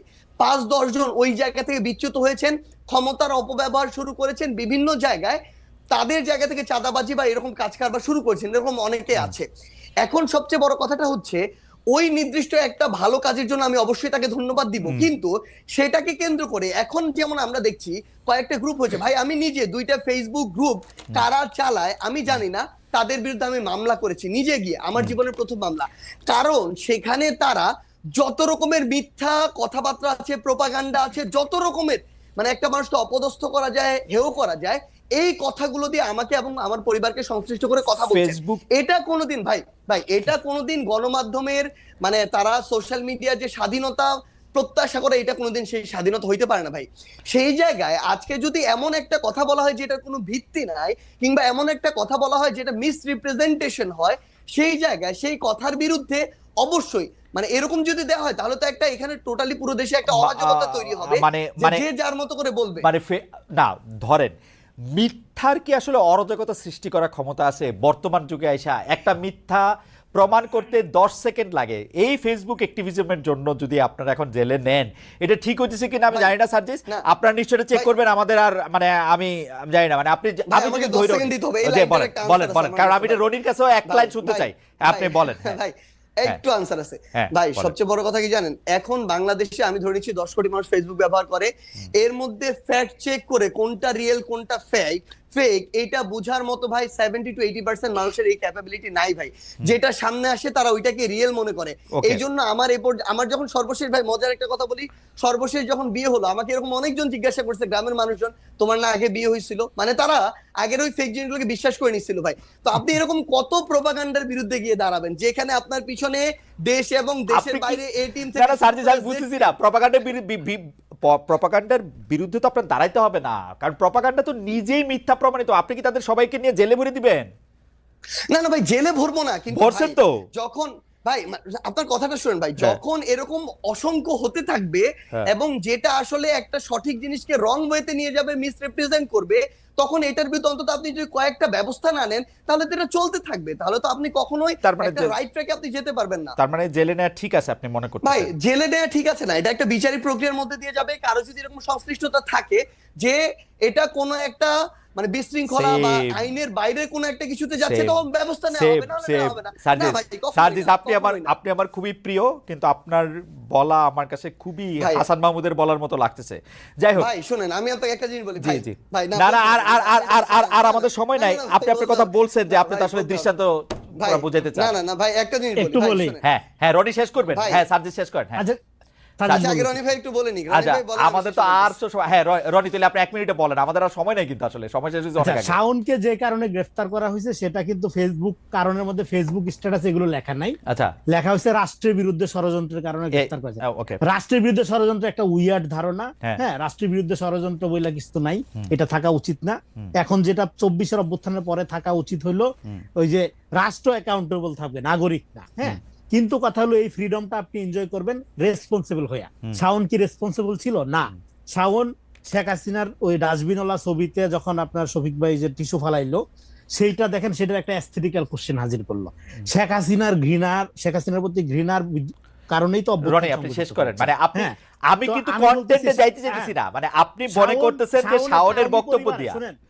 শাওনের বক্তব্য শুনে, শাওন হইলো একটা আওয়ামী পরিবারের সন্তান, তার বাপ মা দুইজনই আওয়ামী লীগের এমপি ছিল, সে প্রতিশ্রুতিশীল আওয়ামী লীগার। শেখ হাসিনার আচরণে সে বিরক্ত ছিল, সেই কারণে সাইদের পক্ষে সে নিছে। সে তার মানে শোনেন আওয়ামী লীগের অনেকগুলো পকেট আছে, কালচারাল পকেট। ঠিক আছে রনি, আমি আপনার বক্তব্য বুঝতে পারতেছি। আপনি মনে করতেছেন কিনা বঙ্গবন্ধু বন্ধে আওয়ামী লীগার একজন প্রতিশ্রুতিশীল আওয়ামী লীগার হিসাবে, এবং তার আওয়ামী পরিবার বাপ মা দুইটা তাকে জেলে নেয়, ঠিক আছে না না, তাকে ধরার জন্য রাষ্ট্রদ্রোহিতা বা ষড়যন্ত্রমূলক ফেসবুক স্ট্যাটাস দরকার নাই। হ্যাঁ, সে আরো আগেই জেলে থাকার কথা। মানে কি জন্য? আওয়ামী লীগ করার জন্য? ডেফিনেটলি সে আওয়ামী লীগ করার জন্য না, আচ্ছা। সে ছাত্রলীগের রাজনীতি, ছাত্রলীগের আপনার ভার্চুয়াল মিটিং গুলোতে অ্যাটেন্ড করার রিপোর্ট আছে, প্রমাণ আছে, আচ্ছা আচ্ছা, নিষিদ্ধ ঠিক আছে, সংগঠন। বুঝতে পারছি, হ্যাঁ, বুঝতে ফলে পারছি। তাকে অ্যারেস্ট করাটাই আপনার অ্যারেস্ট করার মধ্য দিয়ে যে আপনার বিশাল ভুল হয়ে গেছে। হ্যাঁ, কিন্তু যে সমস্ত কারণে অ্যারেস্ট করা হচ্ছে সেটা ঠিক না, যেমন ধরেন ফেসবুকে লিখলে অ্যারেস্ট। রনি, আমার কাছে মনে হয় যে রনি, আপনি যেহেতু চিন্তক, আপনি নিশ্চয়ই আপনার কথাগুলি আপনি আবার শুনবেন, তারপর আমরা পরে আবার আপনার না, সাথে এটা আপনি কথা বলবো। অপরাধ মানে ধরেন না না, নিষিদ্ধ আমি সংগঠিত না না, আমার এগুলি নিষিদ্ধ হয়েছে। আমার এগুলি এখন নিষিদ্ধ সংগঠনের সাথে আপনি জড়িত থাকলে আপনাকে গ্রেফতার কোনটা- করতে পারে রাষ্ট্র। কোনটা- কিন্তু কোনটা- কোনটা আমি স্পষ্ট ফেসবুক স্ট্যাটাস দেওয়া বা রাষ্ট্রের বিরুদ্ধে ষড়যন্ত্রের দায়ে মেহের আফরোজ গ্রেফতার- শাওন নিষিদ্ধ সংগঠনের সাথে জড়িত থাকার প্রশ্নে তাকে গ্রেফতার করা যেত, মানে গ্রেফতার করা যেতে পারে। নিষিদ্ধ যদি সংগঠন মানে আইনি কি? ছাত্রলীগ? গ্রাউন্ডটা দেখেন ছাত্রলীগ। আপনি। হ্যাঁ, ছাত্রলীগ আইনি গ্রাউন্ডটা যদি আপনি দেখেন, কিন্তু এর বাইরে আমার কথা স্পষ্টভাবে শুনতে হবে। ওকে। কিন্তু আমি আপনার রাষ্ট্র বিরুদ্ধে ষড়যন্ত্র ফেসবুক স্ট্যাটাস লেখার আপনার কারণে আপনি কথা আমি গ্রেফতার শুনছি করবেন। ভাই, শুনছি ভাই। হ্যাঁ, গ্রেফতার শুনছি। করবেন, এটার প্রতিবাদ জানাই, আমি এটার বিরোধিতা করি। কিন্তু শাওন প্রতিশ্রুতি ছিল আওয়ামী লীগের, ও আওয়ামী লীগের পক্ষেই মতামত উৎপাদন করবে। এখন আওয়ামী লীগ একটা ফ্যাসিজম, এখন Okay. ফ্যাসিজমের পক্ষে মতামত উৎপাদন আপনি এলাও করবেন কি না, Okay, সেটা হলো এবং প্রশ্ন। তারে গ্রেফতার করা- আমার কথা হলো আমি এলাও করব না, আওয়ামী লীগের- গ্রেফতার করব না, গ্রেফতার- আমরা তাকে ওয়ার্নিং করব, আমরা তাকে রিকনসিলিয়েশনের আচ্ছা, ঠিক আছে, আপনার কথা পরিষ্কার, আপনার কথা পরিষ্কার। শাস্তি সমাধান না, র- আপনি ভিকটিম বানাইতে পারেন না কোনো লোককে। Okay. আপনি তো জাস্টিস করবেন। Okay. আপনি ভিকটিম ভোটের রাজনীতি করলে এটা ঠিক আমি আছে, রাজনীতি ঠিক আছে রনি, ঠিক আছে। আমরা জনাব সার্জিস আলম, আপনি 20 সেকেন্ড বলেন, আমরা আমাদের আর সময় নাই, একদম ভাই সময় নাই। ভাই না, আমি ভাই ওইটার আনসার দিয়েছেন। আমি আমার যদি কিছু বলার চেষ্টা করছি ওই টপিকটা বাদ দিয়ে, ভাই আপনাকে উদ্দেশ্য করে আমার একটা কথা আছে। সেই কথাটা হচ্ছে এই জায়গা থেকে ভাই, মানে আপনি একটু আগে যে জিনিসটা বলেছেন, এর আগেও আরেকবার আরেকটা জিনিসে বলেছেন, মানে কোনো একজন ব্যক্তির হোক, কোনো একটা প্রতিষ্ঠানের বা প্ল্যাটফর্মের হোক, কোনো একটা নির্দিষ্ট ক্ষেত্রে তার যে কোনো একটা এক্সপ্লানেশন বা সামথিং কিছু একটা, যে কোনো কিছু একটা, যে কারো একজনের সাথে সাদৃশ্যপূর্ণ আপনার মনে হতে পারে, তখন আপনি যদি ওই পুরো একটা প্রতিষ্ঠান ধরেন আওয়ামী লীগ, ওই পুরো একটা ব্যক্তি ধরেন হাসান মাহমুদ, তার সাথে কম্পারিজনে চলে যান, এটা খুবই জেনারেলাইজড হয়ে যায় ভাই। নিশ্চয়ই। এই জায়গা থেকে আপনার কাছে এটার এক্সপেকটেশন, আপনার কাছে কেন এক্সপেকটেশন ভাই? বিগত এই বিশ্ববিদ্যালয় লাইফে যে 4-5 জন মানে দেশের বাইরে থাকা সাংবাদিকদের আমরা ভিডিওগুলো শুনে নিজের ভিতরে নতুন একটা চিন্তার ক্ষেত্র তৈরি করেছিলাম, তাদের মধ্যে অবভিয়াসলি কয়েকটা নাম বলে আপনি ওই জায়গাটাতে একটা জায়গায় আসবেন। সেই জায়গায় যখন আপনি এরকম জেনারেলাইজ করে বলে ফেলেন যে এর সাথে, এই দলের সাথে, এই বিষয়টা মানে বেশ অপ্রত্যাশিত এবং বেশ অপ্রাসঙ্গিক হয়, যেটা আমার মনে হয় আপনার স্ট্যান্ডার্ডটাকে মানে আমি বুঝতে পারছি, যে জায়গায় দেখতে চাই ওই জায়গাটাকে আমি বুঝতে পারছি। সার্জিস, আপনার বক্তব্যের জন্য আপনাকে ধন্যবাদ। আমিও সেটাই মনে করি যে আমার আসলে যদি আপনাদের কারোর সঙ্গে আওয়ামী লীগের কারো তুলনা করতে হয়, সেটা আমার জন্য খুব আনন্দদায়ক না।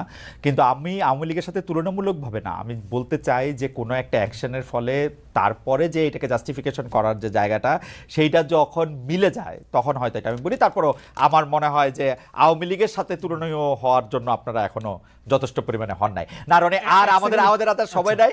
আমরা অনেক ধন্যবাদ, আপনি রেজাউল করিম রনি অনেক সুন্দর আলোচনা করেছেন। সার্জিস, আপনার ব্যস্ততার মধ্যে আপনি আমাদের সাথে যুক্ত হয়েছেন, অনেকগুলি